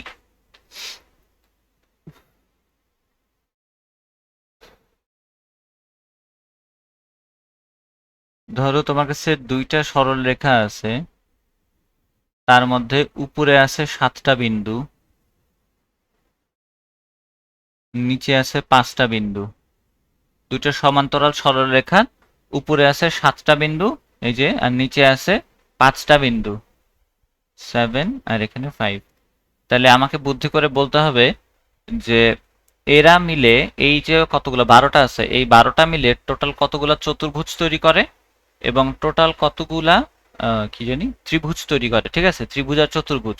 তাহলে প্রথমত চতুর্ভুজের জন্য হিসাব করি, চতুর্ভুজের না তো ত্রিভুজের জন্যই করি। ত্রিভুজের জন্য দেখো, এই সরল রেখায় যারা আছে তারা তো নিজেরা কোনো ত্রিভুজ তৈরি করবে না, তাই না? এটাকে হচ্ছে দুইভাবে করা যায়। দুইভাবে, হ্যাঁ দুইভাবে করা যায়। ট্র্যাডিশনাল নিয়ম আমরা এতক্ষণ যেটা শিখছি, টোটাল আমার কাছে কয়টা বিন্দু আছে? 12টা।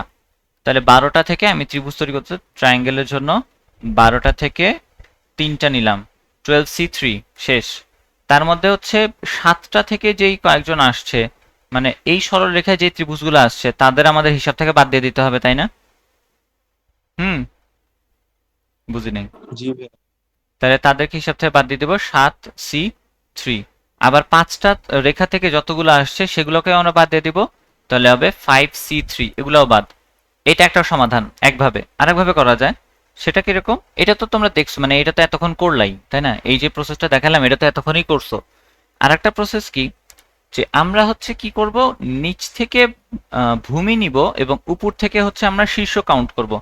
তার মানে নিচের থেকে যে কোনো দুইটা বিন্দু নিব, উপর থেকে একটা বিন্দু নিব, এরকম। নিচ থেকে যে কোনো দুইটা বিন্দু এবং উপর থেকে একটা বিন্দু, এভাবে নিলে কি ত্রিভুজ তৈরি করা সম্ভব? হুম। সম- হ্যাঁ, সম্ভব তো। তাহলে 5টা থেকে প্রথমত দুইটা বিন্দু নেই, দেখো 5C2, নিচ থেকে দুইটা বিন্দু নিছি। এবার উপরে ভার্টেক্সের জন্য আমার একটা বিন্দু দরকার। তাহলে উপরে বিন্দু আছে কয়টা? 7টা। 7টা থেকে একটা নিব, কত ভাবে নেওয়া যায়? 7 7C1। এগুলো কিন্তু বাছাই, আমি কিন্তু বাছাই করতেছি, এগুলো সবগুলো বাছাইয়ের আন্ডারে যাইতেছে। 5C2 এবং 7C1 খুব সহজ হিসাব। এখান থেকে যে কোনো দুইটা বিন্দু নেওয়ার পরে তারা এই রেখার সাথে একটা ত্রিভুজ তৈরি করে, আবার এই দুইটা বিন্দু নিয়ে তারা এই বিন্দুর সাথে একটা ত্রিভুজ তৈরি করে, এই দুইটা বিন্দু নিয়ে তারা এইটার সাথে একটা ত্রিভুজ তৈরি করে, এরকম 7টা ত্রিভুজ পাওয়া যাবে। সেই কারণে 7 দিয়ে গুণ হয়ে গেছে, 7C1 এর মান তো 7ই। আচ্ছা, এখন তো আমরা ভূমি নিয়েছিলাম নিচেরটা থেকে, এবার আমরা ভূমি নেই উপর থেকে। তাহলে উপর থেকে ভূমি নিলে কয়টা আসে? উপর থেকে ভূমি নিলে 7C2, 7C2। আর তার সাথে গুণ হবে নিচ থেকে একটা, তাহলে 5C1। দেখবা মজার ব্যাপার হচ্ছে দুইটার ভ্যালুই সেম আসবে, দুইটার অ্যান্সারই সেম হবে। হ্যাঁ, আচ্ছা, এবার হচ্ছে চতুর্ভুজ দেখব। চতুর্ভুজ কতভাবে ফর্ম করা যায়?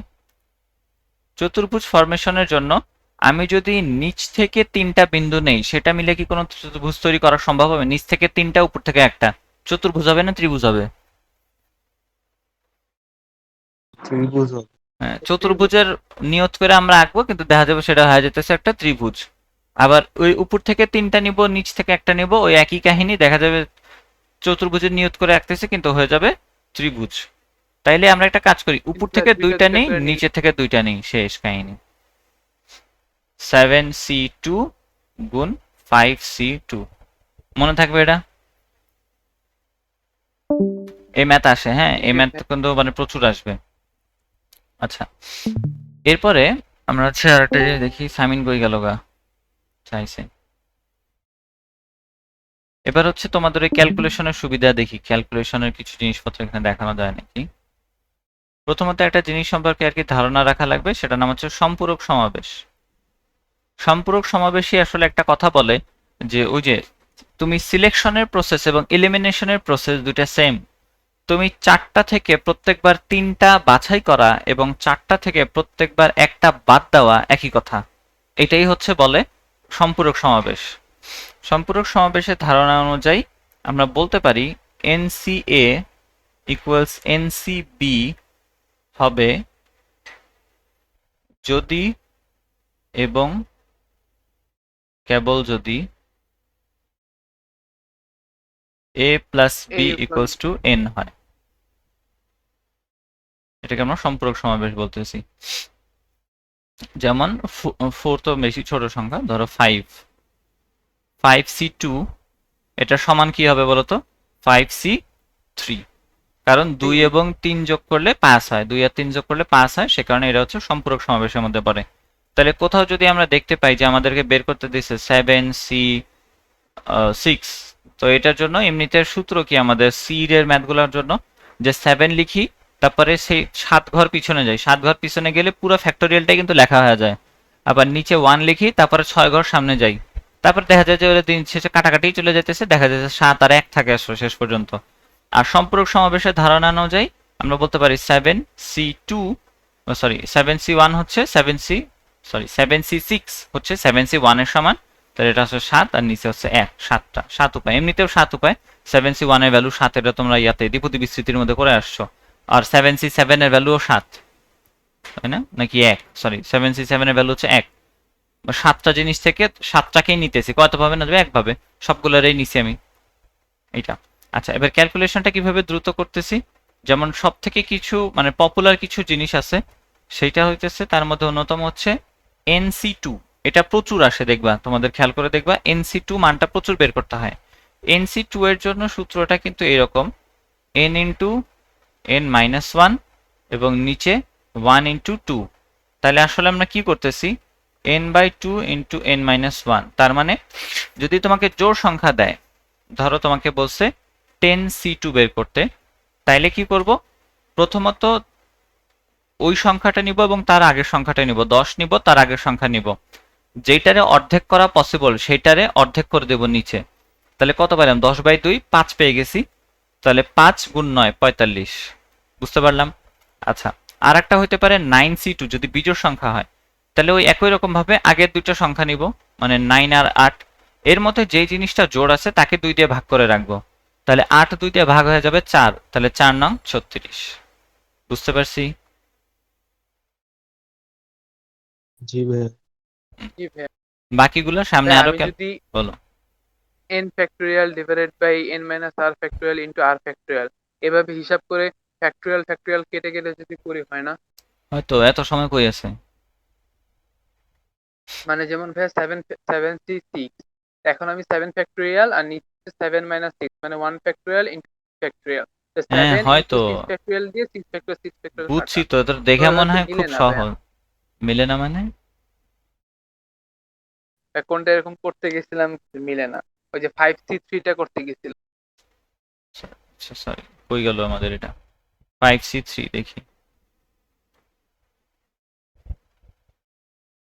5C3 তাহলে হবে 5 ফ্যাক্টোরিয়াল, তারপরে 5 মাইনাস 3 ফ্যাক্টোরিয়াল মানে 2 ফ্যাক্টোরিয়াল, তারপরে 3 ফ্যাক্টোরিয়াল নিজে।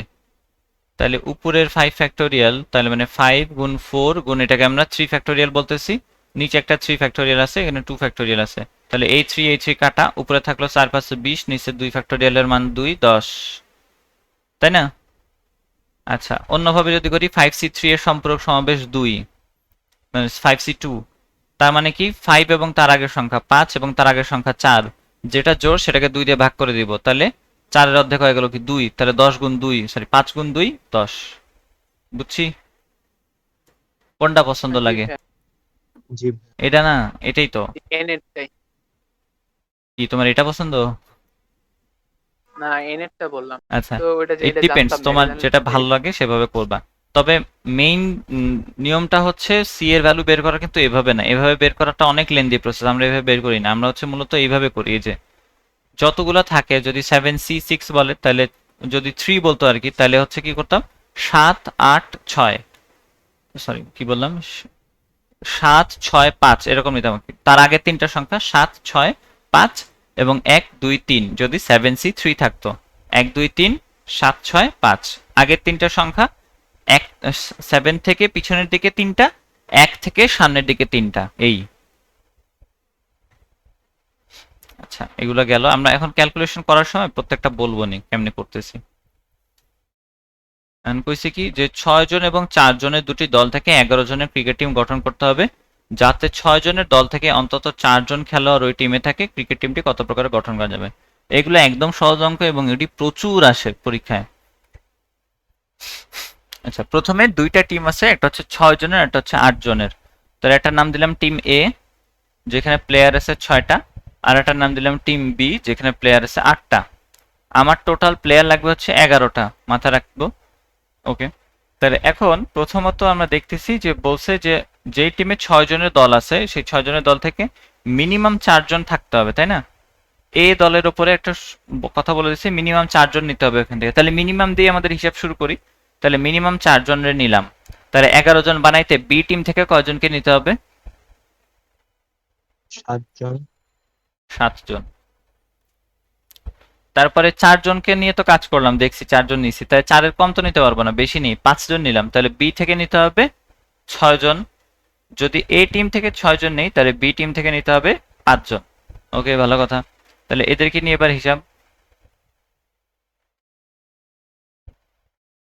কিরকম দেখি। প্রথমত এই ঘটনা দুটো কিন্তু পরস্পর নির্ভরশীল, কারণ এইখানে আমি 4টা নিছি বলে এইখানে আমি 7টা নিছি, তার কারণ আমাদের এই দুইটা জিনিসের যোগফল হইতে হবে 11। ঠিক সেই কারণেই এইটা নিয়ে যতভাবে সমাবেশ করা হয়েছে এবং এইখানে যতভাবে সমাবেশ করা হয়েছে তারা পরস্পর গুণ হবে, যেহেতু পরস্পর নির্ভরশীল ঘটনা। তাহলে 6টা থেকে আমি 4 জনকে বাছাই করছিলাম, কত উপায় বাছাই করা যায়? 6C4 6C4 গুণ, তারপরে 8 জন থেকে 7 জন নিছি, 8C7, 8C7। এটাকে ওই যে আমরা এবার সংক্ষেপে লেখার চেষ্টা করি, 6C2 ইন্টু 8C7। 8C7 হওয়া মানে আর 8C1 হওয়া একই কথা। তাহলে 6 এর জন্য 6 এবং তার আগের সংখ্যা 5, 6 2 দিয়ে ভাগ হয়ে যাবে। আর এইখানে 8 এর ভ্যালু তো 8, তাহলে হচ্ছে এখানে দেখো 5 8 এ 40, আর হচ্ছে এখান থেকে আসে 3 মানে 120, এখান থেকে আসবে 120। তারপরেরটাতে 6 জন থেকে 5 জনের নিচে, তাহলে 6C5 এবং এইখান থেকে নিচে 8 জন থেকে 6 জন। তাহলে এটাকেও আবার লেখা যায় 6C5 মানে 6C1, শুধু 6 লিখলেই হয়, 6C1 এর জন্য শুধু 6। 8C6 এবং 8C2 একই কথা, তাহলে 8 এবং তার আগের সংখ্যা যেটা জোড় সেটা 2 দিয়ে ভাগ। তাহলে 6 এর সাথে আমরা 4 গুণ করতে পারি, প্রথমত না 6 এর সাথে 4 না গুণ করে ইয়া করো, 6 এর সাথে 7 গুণ করো, 6 এর সাথে 42, 42কে আবার আমরা 4 দিয়ে গুণ দিতে পারি, তাহলে এটা খুব সম্ভবত আসবে 108, 100 কত 168, 68 168। আচ্ছা, তারপরেরটা দেখি এবার কি কইছে। তারপরেরটাতে 6, তাহলে 6টা থেকে 6টা নিছি, 6C6 1 আসে এটার মান, সবগুলা নিলে 1 অথবা কোনোটাই না নিলে 1। আচ্ছা, এবার এখান থেকে 8 থেকে নিচে 5টারে 8C3, তাহলে 1 এর হিসাব তো বাদ, 8C3 এটারে তো সম্পূরক 8C5 সমাবেশের দিকে যাব না, ও সরি 8C5, ওই কি সম্পূরক সমাবেশ করে ফেলাইছে। তাহলে ওই 8C5 কে আমরা আবার 8C3 লিখে নিলাম। 8C3 এর জন্য সূত্র কি 8, তার আগে তার পিছনের দিকে হচ্ছে আমরা 3 ঘর যাব, আর নিচে এদিকে হচ্ছে 3 ফ্যাক্টোরিয়াল। 3 ফ্যাক্টোরিয়াল মানে 1 গুণ 2 গুণ 3 6, এটা মনে রাখতে হবে, 3 ফ্যাক্টোরিয়াল মান 6। তো 3 ফ্যাক্টোরিয়ালের জন্য ঝামেলা নাই, এটা আর এটা কাটাকাটি চলে গেল, থাকলো 7 8 56, এগুলো যোগ করে দিবা আচ্ছা চলে আসবে। হইল নাকি? এটা কয় নাম্বার? 44 নাম্বার পড়তেছে, দেখি যোগ করে দেখো তো, 120 168 56 হওয়া হয়েছে, 344 হবে।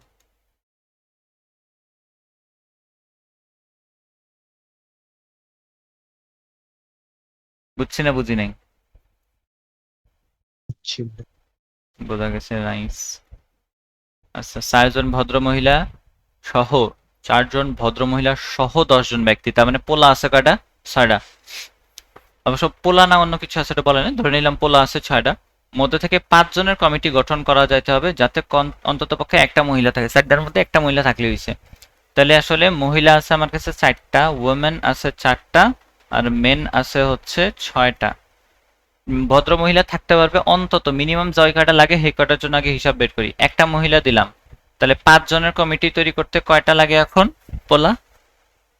4টা পোলা লাগবে। 4টা। 2টা মহিলা দিলাম, এখানে লাগে 3টা। 3টা মহিলা দিলাম, এখানে লাগে 4টা, সরি 2টা। 4টা মহিলা নিলে এইখানে পুরুষ লাগে 1টা। আচ্ছা, ভালো কথা। তাহলে এদেরকে নিয়ে এবার বিন্যাস করে দেখি আমরা। বিন্যাস সমাবেশ আর কি, বিন্যাস তো না, সমাবেশ করতেছি, কারণ কমিটি তখন তৈরি করলেই হয়েছে। কমিটির মধ্যে কে চেয়ারম্যান, কে সেক্রেটারি, এডির হিসাব কিন্তু আমরা করতেছি না। ওকে,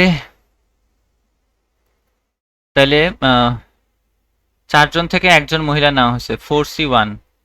6 জন থেকে 4 জন পুরুষ নেওয়া হয়েছে 6C2। তাহলে 4 এবং 6C2 এর জন্য 6 এবং 5, 6 এর অর্ধেক, তার মানে 3 গুণ 5, 3 5 15, 4 15 60। তারপরে 4 জন মহিলা থেকে 2 জন মহিলা, 6 জন মহিলা থেকে 3 জন মহিলা, 3 জন পুরুষ। তাহলে 4C2 এর ভ্যালু খুব সম্ভবত জানি না কত। 4 মানে হচ্ছে 12, মানে 4 মানে, আচ্ছা এমনি তো করা যায় না। 4 দিয়ে ভাগ করে 3 হয় নাকি? হ্যাঁ 3, 4 এবং তার আগের সংখ্যা এবং 2 দিয়ে ভাগ 6 হয়, সরি 6। তো 6 আসবে, আর এইখান থেকে আসবে 6 গুণ 5 গুণ 4, নিচে 6 দিয়ে ভাগ। তাহলে প্রথম গুণফল থেকে আসতেছে 6, পরেরটা থেকে আসতেছে 4 5 20। তো একই তো, 120ই এলো। আচ্ছা ঠিক আছে। তারপরেরটা 4 জন মহিলা থেকে 3 জন মহিলা 4C3 মানে 4C1 একই কথা। 6C2 এর ভ্যালু একটু আগে বের করছি আমরা, এই যে 15। 15 বসাই দিব। 6C2 তাই না? তাহলে 4C1 মানে 4 এবং 15, 4 15 60। আবার হচ্ছে এবার 4C4 মান কত? 1। তারপরে 6C1, তাহলে কত হবে? শুধুমাত্র 1 গুণ 6, 6। টোটাল উপায় হচ্ছে এখান থেকে আসবে 246। এটা দেখো মজার ব্যাপার, ঢাকা বিশ্ববিদ্যালয়ে এটা আসছে 2013-14 সালে। হ্যাঁ, এমসিকিউ কিন্তু, রিটেনও না। আর কুয়েটে এটা আসছে এমসিকিউ হিসেবে 2003-4 সালে। না, কুয়েটে তো ওই সময় মনে হয় রিটেন হইতে পারে, শিওর না আমি। হ্যাঁ, ওই সময় রিটেন হইতো খুব সম্ভবত। হ্যাঁ, রিটেন হইতো, রিটেনে আসছিল এটা কুয়েটে 10 মার্কের জন্য, অথচ ডিইউতে এটা আসছে এমসিকিউ হিসাবে। আর তাহলে মানুষ যে বলে যে ডিইউ এর জন্য এমসিকিউ এর প্রিপারেশন নিতে হবে, এমসিকিউ পড়তে হবে, এডির কিছু কথা আছে। প্রিপারেশন সব সেম, সব তুমি বিশ্ববিদ্যালয়ে পড়তে চাও আর ইঞ্জিনিয়ারিং এ পড়তে চাও, পার্থক্য নাই কোনো। শুধু পার্থক্য হয় মেডিকেলের সাথে, কারণ ওইখানে সিলেবাসটাই ডিফারেন্ট পড়ালেখার। কিন্তু ইঞ্জিনিয়ারিং এবং ভার্সিটির জন্য আলাদা কোনো প্রিপারেশন নাই। আর একটা কথা কয়ে দেই, এখন তুমি ডিইউতে পরীক্ষা দিতে যাইতেছো, হ্যাঁ ডিইউতে পরীক্ষা দিতে যাইতেছো, তো 2 রকমের পোলাপাইন থাকে এই জায়গায়, 2 রকম না 3 রকমের পোলাপাইন থাকে। এরা হচ্ছে যারা ইউনিভার্সিটি কোচিং করে আসছে, একদল আসছে যারা ইঞ্জিনিয়ারিং কোচিং করে আসছে, আর একদল আছে যারা মেডিকেলের কোচিং করে আসছে ডিইউ এর পরীক্ষায়। তাহলে বুদ্ধি করে বলো তো, যে তুমি যদি ইউনিভার্সিটির প্রিপারেশন নিয়ে থাকো, তুমি যখন পরীক্ষার হলে যাবা, তোমার মনে হবে যে ভাই উদ্ভাসে তো 30-40 হাজার ইঞ্জিনিয়ারিং এর প্রিপারেশন নিছে, আমি তো নিছি ভার্সিটির প্রিপারেশন, তো ইঞ্জিনিয়ারিং এর প্রিপারেশন আলা পোলাগুলো তো আমার থেকে আগায় আছে, এরকম মনে হবে না? মনে হবে না? হবে জি ভাইয়া। এরকম অবশ্যই মনে হবে। এবং ঢাবিতে পরীক্ষা দেয় হচ্ছে 1 লাখ, তার মধ্যে তুমি অলরেডি নিজেকে 30,000 40,000-এর পিছনে ফালায় দিছো মনের মধ্যেই। আদৌ কি সত্যি না মিথ্যা জানি না আমরা, তোমার মেধা কতটুকু, কিন্তু তুমি মনে মনে কিন্তু অলরেডি 30-40 হাজারের জন্য পিছনে চলে গেছো। আচ্ছা, যে আর মেডিকেলের পরীক্ষাগুলোকে ধরাই হয় না, ওরা মানে কপাল ভালো থাকলে চান্স পায়, নাহলে নাই ডিউতে। আচ্ছা, আর যদি তুমি ইঞ্জিনিয়ারিং এর প্রিপারেশন নিয়ে থাকো, তুমি জানো যে ইউসিসি, উদ্ভাস, ওমেকা বিভিন্ন ধরনের কোচিং এ 60-70 হাজার পোলাপাইন আছে যারা হচ্ছে ইউনিভার্সিটির কোচিং করছে। আমি তো ইঞ্জিনিয়ারিং এর কোচিং করছি, আমি নিশ্চয়ই তাদের থেকে আলাদা, আমি তাদের থেকে বেশি জানি। তো ওইখানে কিন্তু তুমি ইঞ্জিনিয়ারিং এর প্রিপারেশন নিয়ে কি বলে 60-70 হাজার জনের সামনে চলে আসছো উল্টা। তাহলে বুঝতে পারছি যে ইউনিভার্সিটি প্রিপারেশন নেওয়া উচিত না ইঞ্জিনিয়ারিং এর। যদি ভার্সিটি টার্গেট থাকে, ডিইউ টার্গেট থাকে, তাহলে ইঞ্জিনিয়ারিং। যদি বুয়েট টার্গেট থাকে তাইলেও ইঞ্জিনিয়ারিং, যদি কোনো ওই যে বিজ্ঞান ও প্রযুক্তির টার্গেট থাকে তাইলেও ইঞ্জিনিয়ারিং এরই প্রিপারেশন নিতে হয়, মনে থাকবে। ডিইউতে তো জি ভাইয়া। ক্যালকুলেটর না। এই যে বলতেছে ডিউতে ক্যালকুলেটর নেই, কোন অঙ্কটা করলাম ক্যালকুলেটর দিয়া? এই অঙ্কগুলো তো রিটেনেও আসে। ডিউতে ক্যালকুলেটর লাগে এমন কোনো ম্যাথ দেয়ও না, সত্যি কথা ভাই, ডিউতে ক্যালকুলেটর লাগে এমন কোনো ম্যাথ দেয়ই না ওরা। ক্যালকুলেটর হইলে পারে ক্যালকুলেশন ইজি হয়, তাড়াতাড়ি করা যায়, আর কিছু না, কিন্তু ক্যালকুলেটর লাগে না আসলে। আর ক্যালকুলেটর কয়টাতে দেয়? ইঞ্জিনিয়ারিং গুলোতেই দেয়, বিশ্ববিদ্যালয়ে কোনোটাতেই ক্যালকুলেটর দেয় না। তোমরা ডিউ এর কথা কও, ইঞ্জিনিয়ারিং গুলোতেই দেয়, বিশ্ববিদ্যালয়ে তুমি সাস্ট বলো, জাহাঙ্গীরনগর, জগন্নাথ, কোনোটাতেই ক্যালকুলেটর দেয় না। হুম। চিটাগাং ইউনিভার্সিটিতে দেয়, ওই যে 100 টাকার যে আমরা ছোটবেলায় ব্যবহার করতাম ওগুলা, 100 টাকার ক্যালকুলেটর ওগুলা দেয় পিচ্ছি পিচ্ছি, অথবা আমাদের ওই যে পেন্সিল বক্সের সাথে যেগুলো থাকতো ওগুলা। জি দোকান। আচ্ছা, তো ওই যে এটাই বলতেছি আর কি, প্রিপারেশন নিলে ইঞ্জিনিয়ারিং এরই নিতে হবে, ইউনিভার্সিটি প্রিপারেশন নিয়ে কোনো লাভ নাই। আর একটা ব্যাপার, ইউনিভার্সিটি এবং ইঞ্জিনিয়ারিং এর প্রিপারেশনটাকে ডিফারেন্টলি দেখার কিছু নাই। ক্যালকুলেটর আছে কিনা এটা বড় কথা না, ক্যালকুলেটর থাকলেও তুমি যতটা কমফোর্টেবল হবা এই ম্যাথগুলো করতে, ক্যালকুলেটর ছাড়াও তত কমফোর্টেবল এটা করতে হবে। সত্যি কথা বলতে এই ক্যালকুলেশনগুলো তুমি ক্যালকুলেটরে লিখতে যাও, দেখো লিখতে কিন্তু অনেক সময় লাগে। এই কথাটা যদি তুমি ক্যালকুলেটরে লিখো, এটা লিখতে অনেক সময় লাগে। তার থেকে ভালো এগুলোর শর্টকাট বের করে এগুলো হচ্ছে দ্রুত মুখে মুখে করা। সত্যি কথা, এগুলো মুখে মুখে করা। তারপরে এই যোগের কাজটা যদি তুমি ক্যালকুলেটরে করতে চাও করতে পারো, এই যে লাস্টে 60, 120, 60, এটা তাও দরকার হয় না। কত 60 আর এই 60 মিলে তৈরি করে কত 120, 120 আর 120 240, আর হচ্ছে 6 246। তো ক্যালকুলেটর ছাড়া ম্যাথ করার অভ্যাস করো, এবং ক্যালকুলেটরও সর্বোচ্চ ব্যবহার নিশ্চিত করো, দুইটাই করতে হবে। আচ্ছা, বলছে 6 জন ছাত্র 6 জন ছাত্রী থেকে 5 জনের একটি কমিটি তৈরি করতে হবে, অন্তত একজন ছাত্র এবং একজন ছাত্রী যাতে অন্তর্ভুক্ত থাকে, কয়জন কতভাবে তৈরি করা যায়? তো 6 জন ছাত্র, 6টা পোলা আছে, এটা কি কি লিখবো? বয় 6B আর হচ্ছে 5G। আচ্ছা, 6B থেকে তাহলে প্রথমত পোলা নিলাম একটা, তাহলে মেয়ে নিতে হতেছে, টোটাল তো কয়জনের কমিটি? 5 জনের কমিটি, মেয়ে নিতে হতেছে 4টা। 2টা পোলা নিলে মেয়ে নিতে হবে 3টা, 3টা পোলা নিলে মেয়ে নিতে হবে 2টা, 4টা পোলা নিলে মেয়ে নিতে হবে 1টা। 5টা পোলা কি নেওয়া উচিত হবে?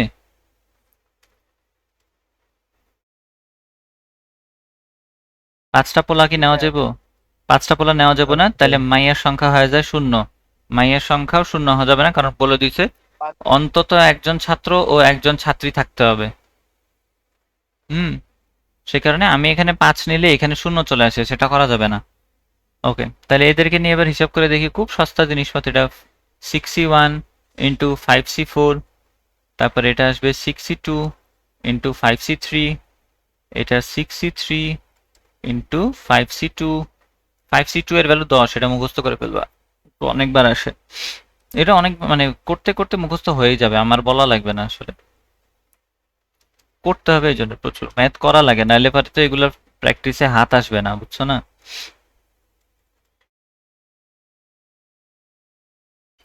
6C2 তো অনেকবার বের করছি, কত আসছিল? 15 নাকি? হ্যাঁ, 15 গুণ 10, 150। 6C3 এটার মান কত আসে? 4 5 20 আসে। 6C3 20, হ্যাঁ 4 5 20 আসে, আর 5C2 10, 200। এগুলো দেখো ক্যালকুলেটরে লেখা ভালো নাকি এই যে আমি মুখে মুখে করতেছি এটা করা ভালো? 5 15 75। এবার যোগ করি, 150 আর এটা 350, 380, 380 আর 75 হচ্ছে 455 খুব সম্ভবত। হ্যাঁ 455। বুঝছি না বুঝি নেই। বুঝছেন। এবার তুমি আমারে খালি বলো এইটা ক্যালকুলেটরে টাইপ করতে কতক্ষণ লাগে আর এইটা মুখে মুখে বাইর করতে কতক্ষণ লাগে, এই হচ্ছে পার্থক্য, বুঝতে পারছি? ডিউতে আমরা আশা করি যে এই অঙ্কটা দিবে, আমরা ক্যালকুলেটর ছাড়া করতে অনেক সময় লাগবে, তাই আমাদের এই অঙ্কটা টাচ করা উচিত হবে না। কিন্তু যাই পারে হেতে কিন্তু ক্যালকুলেটর তোমার দিলেও সে কিন্তু তোমার আগেই জিনিসটার কাজটা করে দিবে, বুঝতে পারছি? এবং ম্যাথগুলোর প্র্যাকটিস এমনভাবে করো, এটা মনে রাখতে হবে, আমি কিন্তু তোমাদেরকে মাঝে মাঝে কিছু ম্যাথ করাই নাই এর মধ্যে। ওই ম্যাথগুলো যদি তুমি পুরোপুরিভাবে বাদও দাও তাহলে কোনো ঝামেলা নাই। ঝামেলাটা কোন জায়গায়? যে ম্যাথগুলো আমি করাচ্ছি কিংবা যে ম্যাথগুলো তুমি পারো সেটা করতে যদি তোমার বেশি সময় লাগে, হ্যাঁ, তুমি একটা বইয়ে 100টা অঙ্ক আছে, 100টা অঙ্কের মধ্যে তোমার 100টা অঙ্ক পারতে হবে এমন কোনো কথা নেই। বুয়েটে চান্স পাইতে চাও অথবা যেখানেই পাইতে চাও, 100টা অঙ্ক পারার দরকার নাই। তুমি যে 70টা অঙ্ক পারো, সেই 70টা অঙ্ক এমনভাবে পারতে হবে যাতে তোমার অঙ্ক যদি কমন পড়ে তাহলে ওই অঙ্ক তোমার আগে কেউ করতে পারবে না, এত দ্রুত ওটা করতে হবে, তাইলেই হবে। মনে থাকবে? শুধুমাত্র স্পিডটাই ম্যাটার করে, তুমি কয়টা অঙ্ক পারো না পারো কিচ্ছু ম্যাটার করে না। 7 জন লোকের মধ্যে একটি দল 2টি যানবাহনে ভ্রমণ করবে, যার একটিতে 7 জনের বেশি অপরটিতে 4 জনের বেশি ধরে না। দলটি কতভাবে ভ্রমণ করতে পারবে? তাহলে প্রথমটাতে 7 জনের বেশি ধরে না, এটার নাম দিলাম হচ্ছে 7F7, আর পরেরটার নাম দিলাম হচ্ছে B4, এরকম। হ্যাঁ, তাহলে এখন আমার কাছে আছে কয়জন? 7 জন। তাহলে বলো কিভাবে ডিস্ট্রিবিউট করব?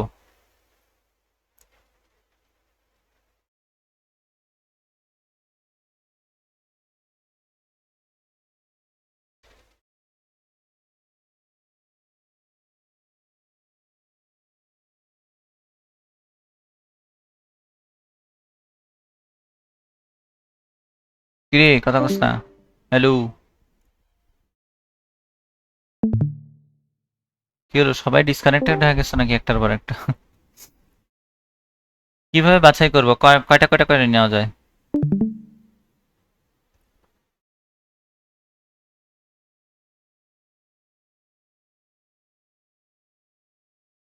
প্রথমে হ্যাঁ,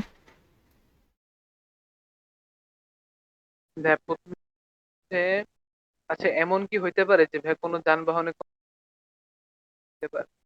হ্যাঁ বলছেই তো। এমন তো না যে সব মানে সবগুলাতে যাইতেই হবে। আমি যদি প্রথমটাতে সবাইকে ঢুকাই দিই তাহলে তো আমার যাওয়ার দরকার নেই। তাহলে তো ভাই 7 জন আর 7 আর 0 দিতে পারি। 7 আর 0 নিতে পারি আমরা। 7 আর এতে নিলাম 0, তারপরে তো ভাই 6 আর 1 5।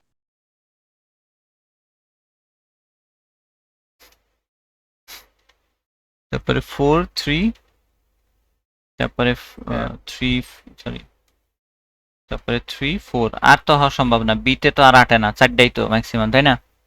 তাহলে এদেরকে নিয়ে যখন ক্যালকুলেশন করবো তাহলে কি আসবে? 7C7, 4C0, 7C6, 4C1, নাকি এমনি? আচ্ছা একটা কথা এবার চিন্তা করো, তোমাদের কাহিনী ঠিক আছে, কোনো সমস্যা না। সমস্যাটা হচ্ছে যে আমি যখন এইখানে একটা গাড়িতে 6 জনকে উঠাইছি, তখন এই অন্য যে লাস্টের লোকটা ছিল ওরে কি বলতে হয়েছে ভাই তুই ওই অন্য গাড়িতে যায় ওঠ? এটা কি বলা লাগছে? এটা কিন্তু বলতে হয় নাই। এখানে যখন আমি 5 জন নিছি, বাকি 2 জনের বলা লাগে নাই যে ভাই তুই বিতে যায় ওঠ। হ্যাঁ, এবং একটা জিনিস খেয়াল করো, এই যে 7, এই যে 4, এটা কিন্তু মানুষের সংখ্যা না। এতক্ষণ যে আমরা ম্যাথগুলো করছি এগুলাকে কিন্তু মানুষের সংখ্যা ছিল। 4 জন প্লেয়ার ছিল, 6 জন প্লেয়ার ছিল, তারপরে এইখানে ছিল 4টা মহিলা, এখানে ছিল 6টা পুরুষ, তারপরে এইখানে ছিল 6টা পোলা, এখানে ছিল 5টা মাইয়া। এগুলো কিন্তু সবগুলা মানুষ ছিল, কিন্তু এটা কিন্তু মানুষ না, এগুলো কিন্তু গাড়ির ধারণ ক্ষমতা। ঠিক আছে? তার মানে আমরা কিন্তু আসলে 7 জন থেকে 6 জনকে বাছাই করতেছি না, আমরা 4 জন থেকে 2 জনকে বাছাই করতেছি না, আমরা হচ্ছে এই 7 জন থেকে কাজ করতেছি। ঠিক আছে? এই 7 জন কিন্তু মানুষ, যেটা কিন্তু এই 7 না, এই 7 হচ্ছে ধারণ ক্ষমতা, এই 4 হচ্ছে ধারণ ক্ষমতা, এই 7-এর কিন্তু কোনো কথাই বলি নাই আমরা। তাহলে এইটার ক্যালকুলেশনটা হবে এইরকম ভাবে যে 7 জন থেকে তুমি কতভাবে লোকজনগুলো মানে এদেরকে ডিস্ট্রিবিউট করতেছো। একটা হইতে পারে তুমি 7 জন থেকে প্রথমত একজনকে পাঠাইতে পারো, সরি একজনকে তো না, 7 জন থেকে 7 জনকেই এই গাড়িতে পাঠাইলা, 7 জন থেকে 6 জনকে এই গাড়িতে পাঠাইলা। তাহলে হচ্ছে আমরা কি করতেছি, প্রথমত একটা গাড়ি ফিল আপ করতেছি, বাকি মেম্বারগুলো তো অটোমেটিক পরের গাড়িতে চলেই যাবে, তাই না? তাহলে প্রথম গাড়িতে আমি কতভাবে ফিল আপ করতেছি সেটা দেখলেই হয়েছে। বুঝি নেই? বুঝছো না বোঝো নাই? হ্যাঁ আবার একটু। এই গাড়িগুলোতে আসলে এগুলা ধারণ ক্ষমতা বুঝাইতেছে। হ্যাঁ, আমি কিন্তু এমন না যে 7 জন থেকে 6 জন নিতেছি, 7 জন থেকে 5 জন নিতেছি, এখানে 4 জন থেকে 1 জন, 4 জন থেকে 2 জন, এরকম না ঘটনাটা। ঘটনাটা হচ্ছে আমি যখন 7 জন থেকে 7 জনকে নিছি, তাদেরকে বলতেছি যে ভাই আপনারা তো আমরা আমরা আসলে টেস্ট করতেছি যে গাড়িটার ধারণ ক্ষমতা কত, এটা থেকে যাতে এক্সিড করে না যায়। আর অরিজিনাল 7 হচ্ছে এই 7 জন মানুষ, অন্য সকল ক্ষেত্রে কিন্তু এইসব জায়গায় মানুষ ছিল, কিন্তু এগুলো কিন্তু এখন মানুষ না। এটা হচ্ছে শুধুমাত্র আমাদেরকে বোঝাচ্ছে ভাই আপনি কতটুকু পর্যন্ত লিমিট রাখতে পারবেন, এর বেশি না এর কমও না। আমরা কিন্তু মেইনলি 7 জন নিয়ে কাজ করতেছি না, ডিল করতেছি না এই যে ধারণ ক্ষমতা নিয়ে, আমরা হচ্ছে মানুষজনকে নিয়ে কাজ করতেছি। তো 7 জন মানুষকে আমি বললাম যে ভাই আপনারা 7 জনই 1 নাম্বার গাড়িতে যা ওঠেন। তাহলে 7 জন যদি প্রথম গাড়িতে উঠে যায়, তাহলে পরের গুলারে যে বিতে ওঠা লাগবে এটা কি বলে দেওয়ার দরকার আছে না? ওরা নিজেরাই যায় উঠে পড়বে, জায়গা না পায় নিজেরাই উঠে পড়বে। তারপরে আমি বললাম যে ভাই আপনারা 7 জন আছেন, 7 জন থেকে আপনারা 6 জন এই গাড়িতে উঠেন, তাহলে বাকি যে একজন আছে সে তো অটোমেটিক পরের গাড়িটা তো চলে যাবে। তো যে জিনিসটা অটোমেটিক হইতেছে, যে জিনিসটা আমার কে হিসাব করতে হইতেছে না কোনো কিছু, তো তার জন্য তো আমার ক্যালকুলেশন দরকার হয় না, তাই না? লাগে? অবশিষ্ট মানুষটা যে দ্বিতীয় গাড়িতে যাবে এটা কিন্তু আমাকে তাকে বলতে হচ্ছে না। 7 জন থেকে আমি 5 জনকে বললাম ভাই আপনি 1 নাম্বার গাড়িতে যান, বাকি 2 জন অলরেডি অটোমেটিক 2 নাম্বার গাড়িতে চলে যাবে। 7 জন থেকে আমি 4 জনকে নিলাম, বললাম যে ভাই আপনি 1 নাম্বার গাড়িতে যান, বাকি 3 জনের জন্য কিন্তু অটোমেটিক তারা বাছাই হয়ে যাইতেছে। তুমি 3 জনকে নিতেছো, সরি 4 জনকে নিতেছো আর 3 জনকে বাদ দিতেছো, দুইটা কিন্তু একই কথা বলছিলাম যে 4 জনকে নেওয়া এবং 3 জনকে বাদ দেওয়া একই কথা, 3 জনকে নেওয়া 4 জনকে বাদ দেওয়া একই কথা। তাহলে দুইভাবে হিসাবটা করা যেতে পারে। একটা হচ্ছে আমরা হচ্ছে এ গাড়িতে নিব, এই গাড়িতে লোক নিব, কতভাবে নেওয়া যায়? প্রথমত 7 জন থেকে 7 জনকে নিলাম, 7C7, তারপরে এটার সাথে যোগ হবে 7C6, 7 জন থেকে 6 জন নিলাম, 7 জন থেকে 5 জন নিলাম, তারপরে নিতে পারি 7 জন থেকে 4 জন, 7 জন থেকে 3 জন। এই কয়েকভাবে নেওয়া যায়, এর থেকে নিচেও না কম বেশিও না। তাহলে এই গাড়িতে লোক নেওয়ার প্রক্রিয়া হচ্ছে বা পদ্ধতি হচ্ছে এই 5টা। আচ্ছা, এটা ছিল লোক নেওয়ার পদ্ধতি। এবার লোক বাদ দেওয়ার পদ্ধতি দেখো। লোক বাদ, এই গাড়িতে লোক নেওয়া না মানে বি গাড়িতেও লোক নেওয়া যেতে পারে। তাহলে এমন যদি করি আমি যে আমি বি গাড়িতে লোক নিব, বাকি যারা মেম্বার থাকবে তারা অটোমেটিক সিতে চলে, সরি এতে চলে যাবে। তাহলে এই গাড়িতে লোক নিলে, এই গাড়িতে লোক নিলে কি হয়? প্রথমে আমরা নিতেছি 0, কারণ হচ্ছে 0তে কোনো লোক যায় না, কি প্রথমবার বি গাড়িটা আমরা ফাঁকা রাখতেছি। বি গাড়ি ফাঁকা রাখার জন্য একটা ক্যালকুলেশন হয়, সেটা হচ্ছে তোমার হচ্ছে 7 জন থেকে তুমি 0 জনকে গাড়িতে ঢুকাইছো, তারপরের বার তুমি 7 জন থেকে 1 জনকে গাড়িতে ঢুকাইলা, 7C1, আর বাকি 6 জন, তাহলে 7 জন থেকে 1 জনকে ঢুকাইছো, বাকি 6 জন অটোমেটিক কি এতে চলে যাবে। বুঝি নেই? বুঝছি? জি ভাইয়া। যে কোনো একটা জি। গাড়ি নিয়ে কাজ করলেই হবে। 7 জন থেকে এবার আমি 1 জন নিলাম, এবার 7 জন থেকে আমি 2 জনকে নিতে পারি, সরি হ্যাঁ 7 জন থেকে 2 জনকে নিয়ে বিতে ভরে দিলাম, তাহলে বাকি 5 জন অটোমেটিক কোথায়? এতে চলে আসবে। অনুরূপভাবে আমরা 7 জন থেকে 3 জন নেই, এবার যে প্রথম গাড়িতে দিলাম মানে বিতে দিলাম আর কি, অটোমেটিক বাকি 4 জন কই যাবে? এতে চলে যাবে, এবং তাদের জন্য আলাদাভাবে হিসাব করতে হচ্ছে না আমার। 7C4, এটা হচ্ছে লাস্টের উপায়। 4 জন নিলে বাকিটা চলে যাবে 3টার জায়গায়। তাহলে এখন বলো এইখান থেকে যে রেজাল্টটা আসবে এবং এইখান থেকে যে রেজাল্টটা আসবে সেটা কি সমান হবে নাকি সমান হবে না? এটা সমান। এটা দুজন আসলে সমান হবে। তার কারণ আসলে দেখো, আসলে আমরা প্রত্যেকটা জায়গায় পুরো পুরো সরি সম্পূরক সমাবেশ বের করছি। 7C7 দেখো এখানে আছে 7C0, 7C6 পরেরটাতে আছে 7C1, 7C5 সম্পূরক সমাবেশ 7C2, 7C4, 7C3, 7C3, 7C4। তার মানে দেখলাম আমরা প্রত্যেকটা আসলে একটার একটা সম্পূরক সমাবেশ। এ গাড়িতে লোক নেওয়া এবং বি গাড়িতে লোক নেওয়া একই কথা, কারণ এতে যখন আমি লোক নিতেছি বিতে লোকগুলো অটোমেটিক চলে যায়, আবার আমি যখন বিতে লোক নিতেছি বাকি মেম্বারগুলো অটোমেটিক এতে চলে যাবে। তাহলে যে কোনো একভাবে ক্যালকুলেশন করলেই হলো। দুইটা এভাবে বের করে করে গুণ করে দিব না আবার, হ্যাঁ এই দুইটা মান বের করে গুণ করা যাবে না, মনে থাকবে।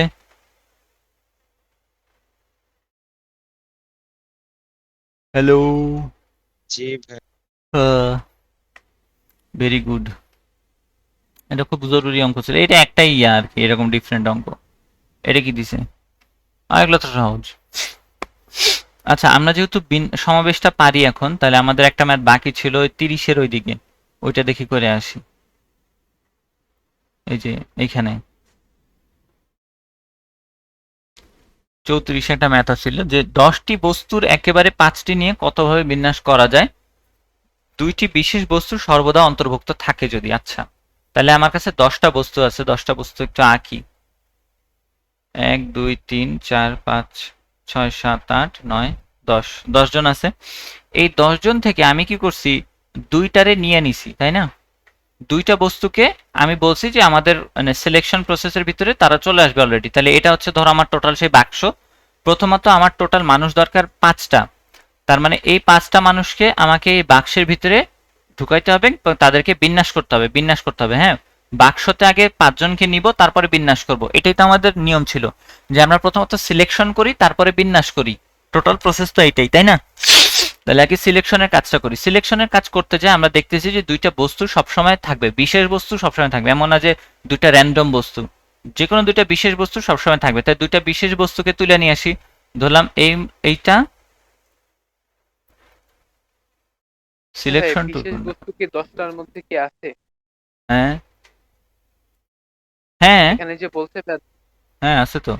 তাহলে এই একটারে তুলে নিয়ে আসলাম, এখন দেখা যাচ্ছে কি একটাকে তুলে নিয়ে আসছি, এইখান থেকে আরেকটাকে তুলে নিয়ে আসলাম। তাহলে আমি অলরেডি কি দুইজনকে ইনক্লুড করে দিছি না? বুঝতে পারছি? জি ভাইয়া। 5টার মধ্যে 2টি বিশেষ বস্তু যারা সবসময় থাকবে, তো যারা সবসময় থাকে তাদেরকে কি করি আমি বলছিলাম আগে হিসাবের মধ্যে নিয়ে চলে আসবে, এবং তাদেরকে নিয়ে আসলে কোনো ক্যালকুলেশন নাই। তাদেরকে সিলেক্ট করার সময় কোনো ক্যালকুলেশন নাই, তারা কিন্তু কেবল বক্সে ঢুকছে, তারা বক্সে অন্তর্ভুক্ত হয়েছে টিমের মধ্যে। তারা কই থাকবে না থাকবে সেটা কিন্তু এখনো ঠিক হয় নাই। তাহলে দেখো আমার এখন 5 জন দরকার ছিল টোটাল, তার মধ্যে 2 জন আছে, তাহলে আর কয়টা লাগে? 3টা। 3টা। সেই 3টা আমি নিব কোত্থেকে? এই 8 জনের ভিতর থেকে। জি ভাইয়া। তাহলে 8 জন থেকে 3 জনকে আগে প্রথমে আমি বক্সে ঢুকাইতে চাই। তাহলে কি পারমুটেশন হবে না কম্বিনেশন হবে? আবার বলি, 8 জন থেকে 3 জনকে আমি বক্সে ঢুকাইতে চাই, মানে কি আমি 16 জন থেকে 11 জনকে একটা টিম লিস্টে রাখতে চাই। এটা কি হলো, কম্বিনেশন হইলো না পারমুটেশন হইলো?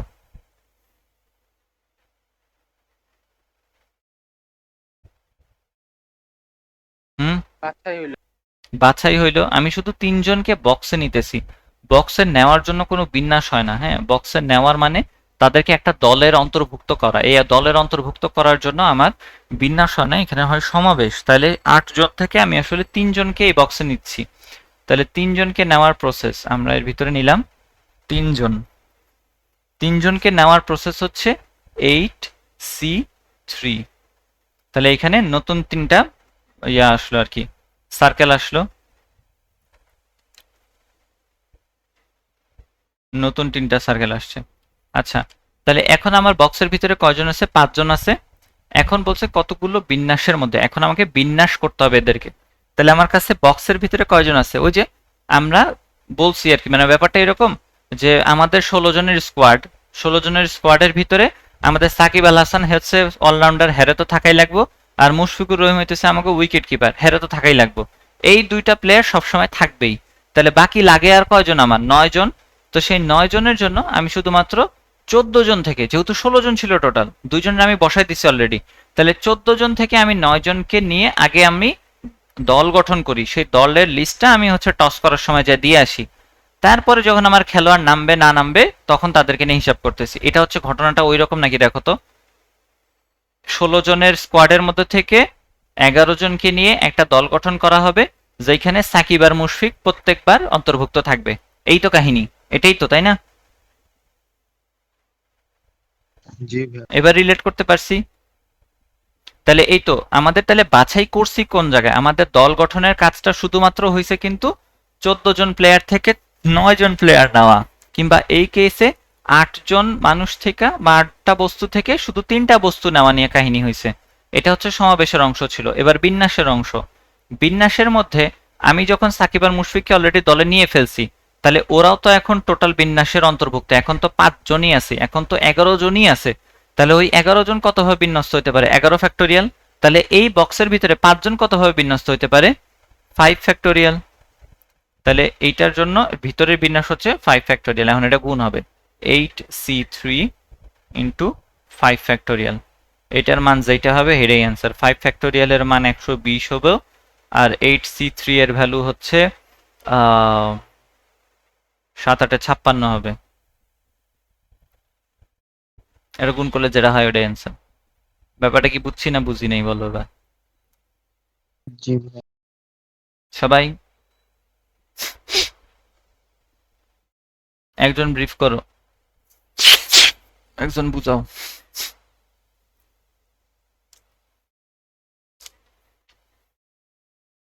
বুঝাও বুঝাও বুঝাও।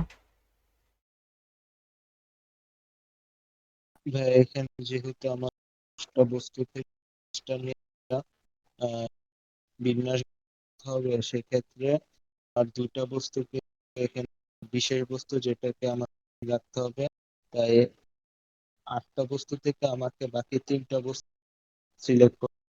এক্ষেত্রে ভাই 8টা বস্তু সিলেক্ট করা,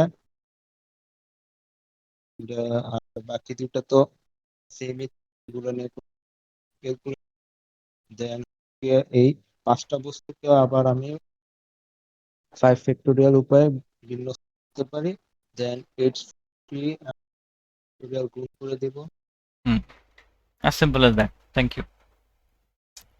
আচ্ছা, তাহলে এই ম্যাথের কাহিনী গেল। এই যে এই জিনিসটাকে যে আমার কম্বিনেশন দিয়ে তিনজনকে নিয়ে আসতে হয়, এইটা বোঝানোর জন্য আমি এই ম্যাথটা বাকি রাখছিলাম। বুঝতে পারছি। আরেকটা মনে হয় আছে, ওটা পরে দেখতেছি। পারবো নাকি শিওর না অবশ্য। আচ্ছা, এই তাসের অঙ্ক চলে আসতেছে। আচ্ছা, আরেকটা দেখি। বলছে 2 জন বালক সর্বদা গ্রহণ করে এবং সর্বদা বর্জন করে 12 জন বালক হতে কি কয়? আচ্ছা, দুইটারে সবসময় নিব অথবা দুইটারে সবসময় বাদ দিব, এরকম হচ্ছে দুইটা ম্যাথ আর কি। 12 জন বালক হতে 5 জন বালক বাছাই করতে, একই অঙ্ক বাছাই করতে বলছে। এটা হচ্ছে কাহিনী, খালি শুধু বাছাই করলেই হবে। তাহলে প্রথমে 1 নাম্বারটা করি। আমার কাছে আছে 12 জন, 12 জন থেকে 5 জন নিতে হবে, এ হচ্ছে কাহিনী। 2 জন সর্বদা থাকবে, তাই না? সর্বদা 2 জন বালককে গ্রহণ করে। তাহলে আমার যে বক্স আছে সে বক্সের মধ্যে অলরেডি দুইটা পোলা আছে। হুম, তাহলে 12 এর পরিবর্তে এখন আমার কাছে কয়জনকে আছে, কয়জন আছে আমার কাছে? 10 জন। 10 জন। আর আমাকে এবার নিতে হবে 5 জনের বদলে কয়জনকে?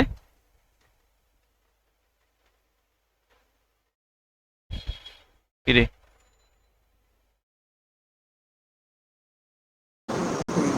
3 জনকে। 3 জনকে। তাহলে 3 জনকে নিলাম, এবং কারণ হচ্ছে আমার টোটাল 5 জন দরকার। এবং এটা হচ্ছে বলছে কতভাবে বাছাই করা যায়, বিন্যাসের কথা জিজ্ঞেস করা নেই। তো বাছাই করা যায় যেহেতু বলছে, তাহলে হচ্ছে শুধুমাত্র 10 জন থেকে 3 জনকে নিয়ে এই বক্সের মধ্যে ঢুকাই দিলেই হয়ে যাবে। কেমনে নেওয়া যায়? 10 জন থেকে 3 জন, 10c3, শেষ। 2 নাম্বার অঙ্ক।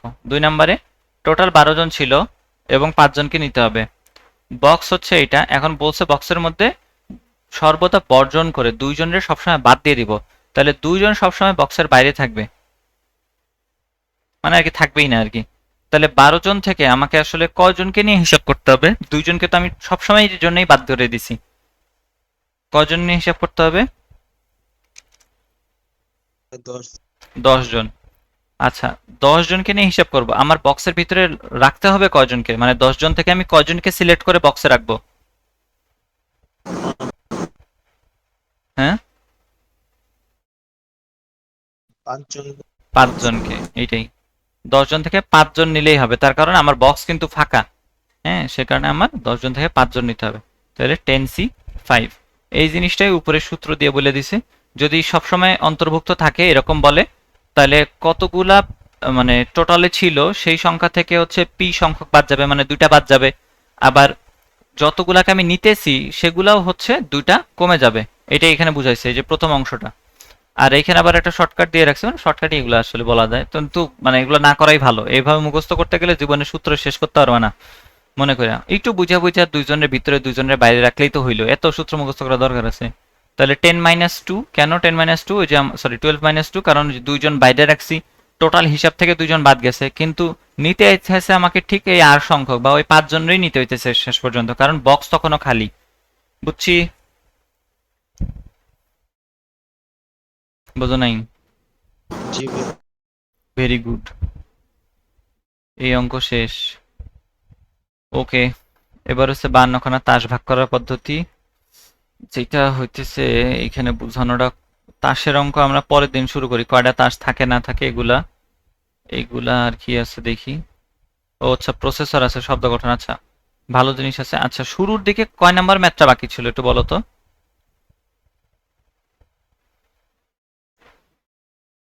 তোমরা তো লিখে রাখার কথা ছিল মনে হয় একজনের। কত নাম্বার বাদ ছিল বলো।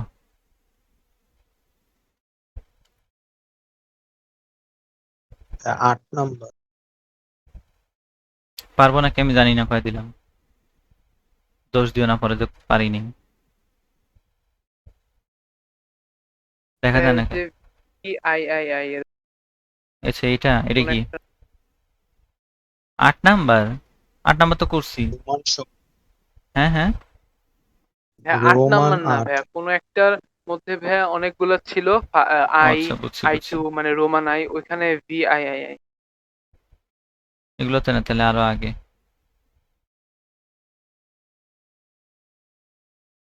এই যে এটা একদম শেষে, এটা কি দাঁড়াও দেখি। এটা কি যোগফল বের করার নাকি? 1 থেকে 9 পর্যন্ত সবার পনেরো, সেখানে 3 ভাগ। ওমা, ও আচ্ছা, এটা আমি পারি না। 1 থেকে 9 পর্যন্ত অঙ্কগুলো প্রত্যেকটি সংখ্যা 6 অঙ্ক বিশিষ্ট কতগুলো সংখ্যা তৈরি করা যাবে, যেখানে প্রথম 3 ঘরে। ও আচ্ছা আচ্ছা। ও, নাইস। আচ্ছা, মজার অঙ্ক আছে, একটু কষ্ট হবে করতে। কত এর 8 এটা জানি না তো, যারা বাইর করে লই, সব তো মুখস্থ নাই। প্রথম 3 ঘরে যা আছে পরবর্তী 3 ঘরে সেটা নাই, এটাই তো বলছেন। 1 থেকে 9 পর্যন্ত অঙ্কগুলো প্রত্যেকটি যে কোনো সংখ্যক বার নিয়ে, আচ্ছা যে কোনো সংখ্যক বার নেওয়া যাবে, নাইস। কতগুলো সংখ্যা গঠন করা যাবে? আচ্ছা, 1 থেকে 9, 1, 2, 3, 4, 5, 6, 7, 8, 9, 6 অঙ্ক বিশিষ্ট, ভালো কথা। তার মধ্যে প্রথম তিনটা তাহলে 2টা ব্লকে ভাগ করে নিয়ে এটারে।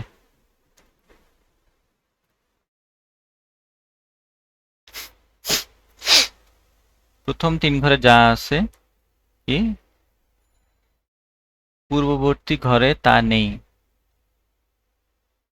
প্রথম 3 ঘরে যা আছে পূর্ববর্তী 3 ঘরে তা নেই।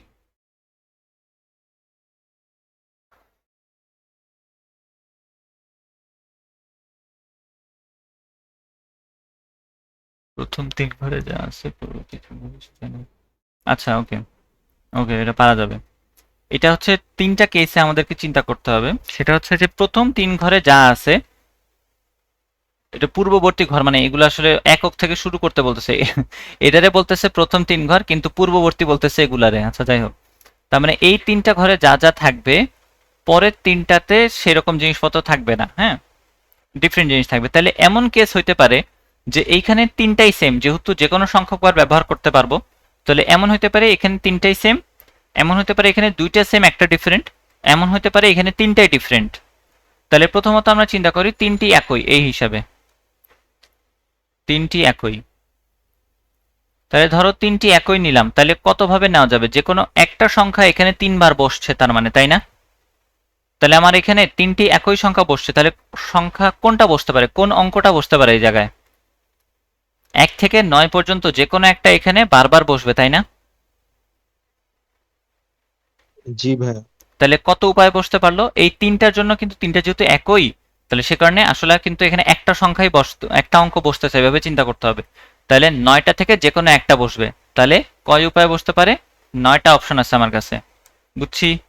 9টা থেকে যে কোনো একটা, 8 নিলে এটাও 8 এটাও 8, এরকম। আচ্ছা, যদি 9 এখানে বসে যায়, বাকি আছে 3 জন, তাহলে এইখানে কে কে বসতে পারে? 9 বসতে পারবে? পারবে না। তাহলে 9 বাদে বাকি 8 জনের যে কোনো একজন বসতে পারবে 8 উপায়ে। তারপরেরটাতে যেহেতু রিপিটেশন অ্যালাউড, কিন্তু 9 বসতে পারবে না, তাহলে আবারও 8 জন থাকে। যেহেতু রিপিটেশন অ্যালাউড কিন্তু 9 বসতে পারবে না, আবারও 8 জন থাকে। তাহলে এখান থেকে আমরা পাইলাম 9 × 8 কিউব, তাই তো? বুঝিনি? জি ভাইয়া। বুঝছো? সবাই বুঝছি? প্রথমটা বুঝছি?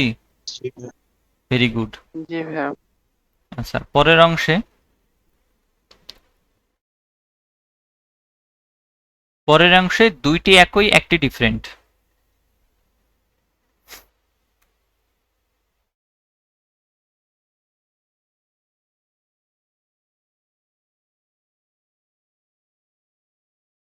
দুইটি একই একটি আলাদা, যদি এরকম হয় তাহলে দেখি দুইটি একই, তার মানে আসলে এখানে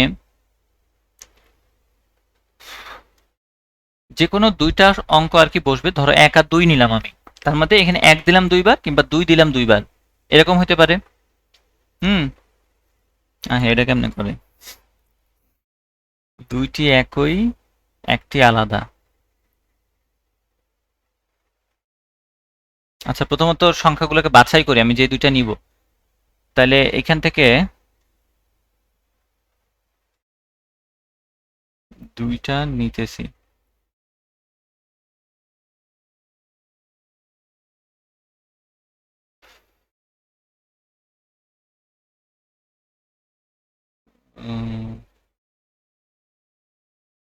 আচ্ছা, ওই হ্যাঁ, এখান থেকে তাহলে আমার প্রথমে দুইটা অঙ্ক লাগবে। প্রথম ঘরে এমন দুইটা অঙ্ক বসবে, প্রথম তিনটা ঘরে এমন দুইটা অঙ্ক বসবে যেটা পরের তিনটাতে থাকবে না, তাই তো? তাহলে এইখানে আমার দুইটা অঙ্ক লাগবে, তাদের মধ্যে দুইটা একই হবে, দুইটা ডিফারেন্ট হবে, এই হচ্ছে কাহিনী। তাহলে এইখান থেকে আমি 9C2 উপায়ে দুইটা সংখ্যা বাছাই করতে পারি। দুইটা সংখ্যা বাছাই করলাম 9C2 হিসাবে। তাহলে এখানে ধরো 2 আর 5 আসলো।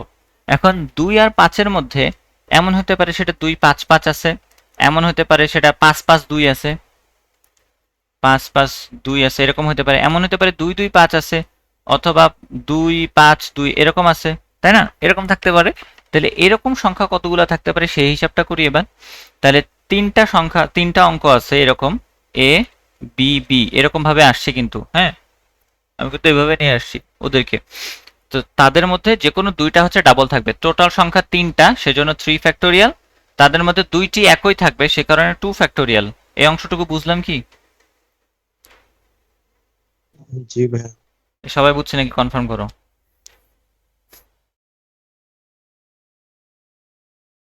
সবাই 9C2 হিসাবে আমরা শুধুমাত্র দুইটা সংখ্যা আগে নিয়ে আসলাম এই তিনটা ঘরের জন্য। তিনটা ঘরের সংখ্যাগুলো এমনভাবে বসবে, দেখো আমার কিন্তু তিনটা সংখ্যায় যে আনতে হবে তা না, আমার কিন্তু ডিফারেন্ট কয়টা সংখ্যা বসবে সেরকম নিয়ে আসি। যেমন এইখানে শুধুমাত্র 9 9 9 বসতে, তাহলে সংখ্যা আসলে বলতে গেলে একটাই, সে কারণে আমরা একটাই বাছাই করছি এখানে 9C1 হিসাবে, কিংবা শুধু 9 হিসাবে একটা নিলেই হয়েছিল। এইখানেও ঠিক একই রকম ভাবে আমার বসবে সংখ্যা তিনটা, তিনটা অঙ্ক বসবে, তার মধ্যে দুইটি একই। তাহলে আসলে ইন্ডিভিজুয়াল যদি চিন্তা করি, আমার দরকার আসলে দুইটা অঙ্ক। সেই দুইটা অঙ্কের জন্য 9C2, তাদেরকে যদি আমি এদের মধ্যে বিন্যাস করি, এবার প্রথমত বাছাই করলাম, এবার যদি বিন্যাস করতে যাই তখন দেখতেছি টোটাল বিন্যাস হচ্ছে 3 ফ্যাক্টোরিয়াল, কিন্তু তার মধ্যে আবার দুইজন একই রকম, সেই কারণে 2 ফ্যাক্টোরিয়াল দিয়ে ভাগ। ঠিক আছে, তাহলে এটা পাইলাম আমরা 9C2 এবং 3 ফ্যাক্টোরিয়াল। আচ্ছা, 2 ফ্যাক্টোরিয়াল। তাহলে বাকি জনগুলোর মধ্যে দেখো এবার, বাকিগুলোতে এখন ধরো ওই যে বললাম 2 আর 5 বসে গেছে, তাহলে কয়টা সংখ্যা বাকি আছে আমার কাছে? এখন কয়টা অঙ্ক বাকি আছে? 7টা। তাহলে এখানে বসতে পারে 7টা, এখানে বসতে পারে 7টা, এখানেও বসতে পারে 7টা। তাহলে আমাদের অ্যান্সার হবে কি এখান থেকে? 9C2 into 3 factorial divided by 2 factorial into 7 raise to power 3। বুঝি নেই মনে হয়। আচ্ছা ভাইয়া, এই যে এর আগে যখন আমরা তিনটায় একই নিচ্ছি তখন ভাইয়া আমরা রিপিটেশন গুলোকে ভাগ করি নাই কেন? ওই যে 3 ফ্যাক্টোরিয়াল ডিভাইডেড বাই 3 ফ্যাক্টোরিয়াল, কি করবো ওটা? বুঝছি, তিনটি তো একই আমরা জানি, ওটার জন্য কি তোমার হিসাব নাই তো? 3 ফ্যাক্টোরিয়াল আসবে, আবারও 3 ফ্যাক্টোরিয়াল দিয়ে ভাগ হয়ে যাবে, এটাই হচ্ছে অবস্থা। আচ্ছা, এবার হতে পারে দুইটি একই ধরলাম, একটি আলাদা ধরলাম। এবার হচ্ছে দেখবো তিনটি একই হলে কি করতে হয়। তিনটি একই,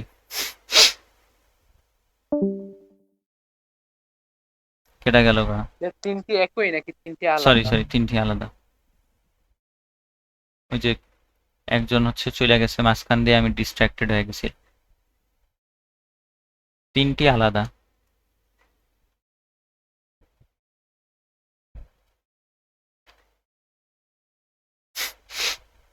তিনটি আলাদার জন্য আমরা করব হচ্ছে তিনটা আলাদা, তা তিনটা আলাদা আলাদা তিনটা নিতে হবে। তাহলে এখান থেকে তিনটা আলাদা নিব, 9টা থেকে তিনটাকে প্রথমত বাছাই করলাম। 9C3 তিনটারে নিছি, এই তিনটা পজিশনে তিন ভাবে কয়ভাবে বসতে পারে? 3 ফ্যাক্টোরিয়াল ভাবে। ডিরেক্ট এটাকে 9p3 লিখলেও হইতো, কিন্তু আমরা যেহেতু এখন ঘটনাগুলোকে আলাদাভাবে চিন্তা করা শিখছি, আলাদাভাবে চিন্তা করব।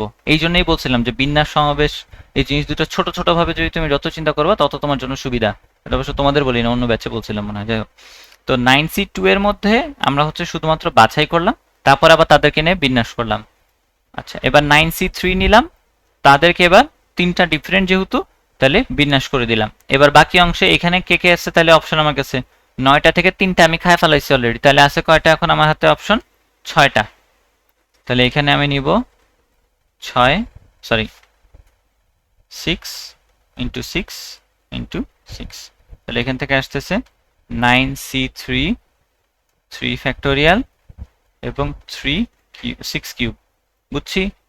এই তিনটা সংখ্যা এখন হচ্ছে আমরা যোগ করে দিলে অ্যান্সার পাওয়া যাবে। এই তিনটা, এইটা আর হচ্ছে এইটা। সরি, কই গেল?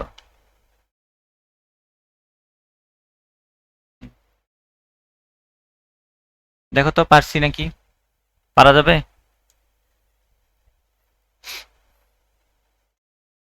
জি ভাই। আচ্ছা ভাই, এই যে ফ্যাক্টরিয়াল যে গুণ করার ব্যাপারটা, এটা বুঝিনি আবার। এই যে ভাই 3 ফ্যাক্টরিয়াল দিয়ে যে গুণ করতেছি 9c3 করার পরেও, হ্যাঁ, এটা কোত্থেকে আসছে?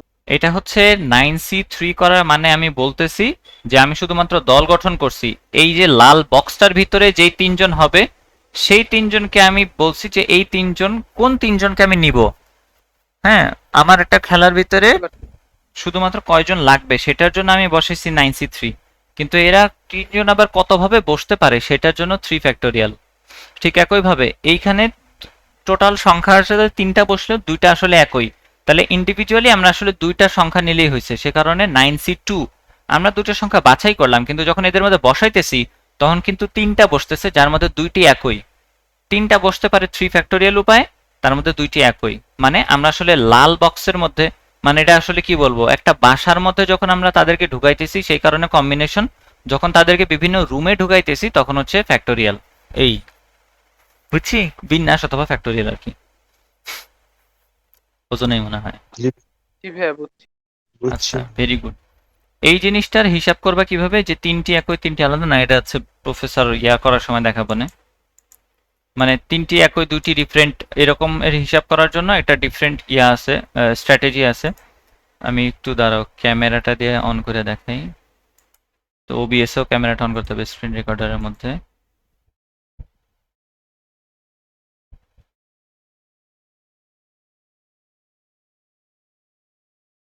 তাহলে ঘটনা ওইটাই গেল হচ্ছে, এগুলো হচ্ছে আঙ্গুল দিয়ে ধরে ধরে আমরা বুঝাইতে পারি আসলে। এটা রেকর্ডিং এর মধ্যে অবশ্য দেখতে পাবে, রেকর্ডিং এ ক্যামেরা অ্যাড করছি।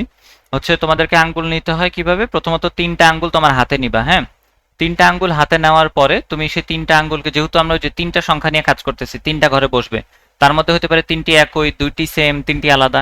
এটার হিসাবের জন্য প্রথমত 3টা আঙ্গুল পাশাপাশি নিলে তোমার ইন্ডেক্স ফিঙ্গার, মিডল ফিঙ্গার আর হচ্ছে তোমার রিং ফিঙ্গার, এই 3টা আঙ্গুলকে বিভিন্ন পজিশনে সাজাতে পারি আমরা। প্রথমত 3টি একত্রে, এইটা একটা হয়। 3টি যদি 3টা আঙ্গুল যদি তুমি একসাথে রাখো, এটা একটা পজিশন হতে পারে। তুমি একটা আঙ্গুলকে একটু সাইড করে রাখো, ধরো ইন্ডেক্স আর মিডল ফিঙ্গারটা একসাথে রাখলা আর রিং ফিঙ্গারটা আলাদা রাখলা, তখন হিসাবটা কিরকম হইতেছে যে 2টি একই একটি ডিফারেন্ট, 2টা একসাথে এবং একটা আলাদা এরকম। আর একটা ভাবে তুমি এই আঙ্গুলগুলোকে রাখতে পারো 3টাই আলাদাভাবে, 3টাই ছড়ানো থাকবে। তো সেই 3টা ছড়ানো থাকাকে আমরা বলি হচ্ছে যে 3টি ডিফারেন্ট। এখন তোমরা হচ্ছে এখানে ভিডিওতে দেখতে পাচ্ছ না, কিন্তু এই রেকর্ডিং এর ভিতরে তোমরা ভিডিওতে দেখতে পাবা, ওইখানে আছে।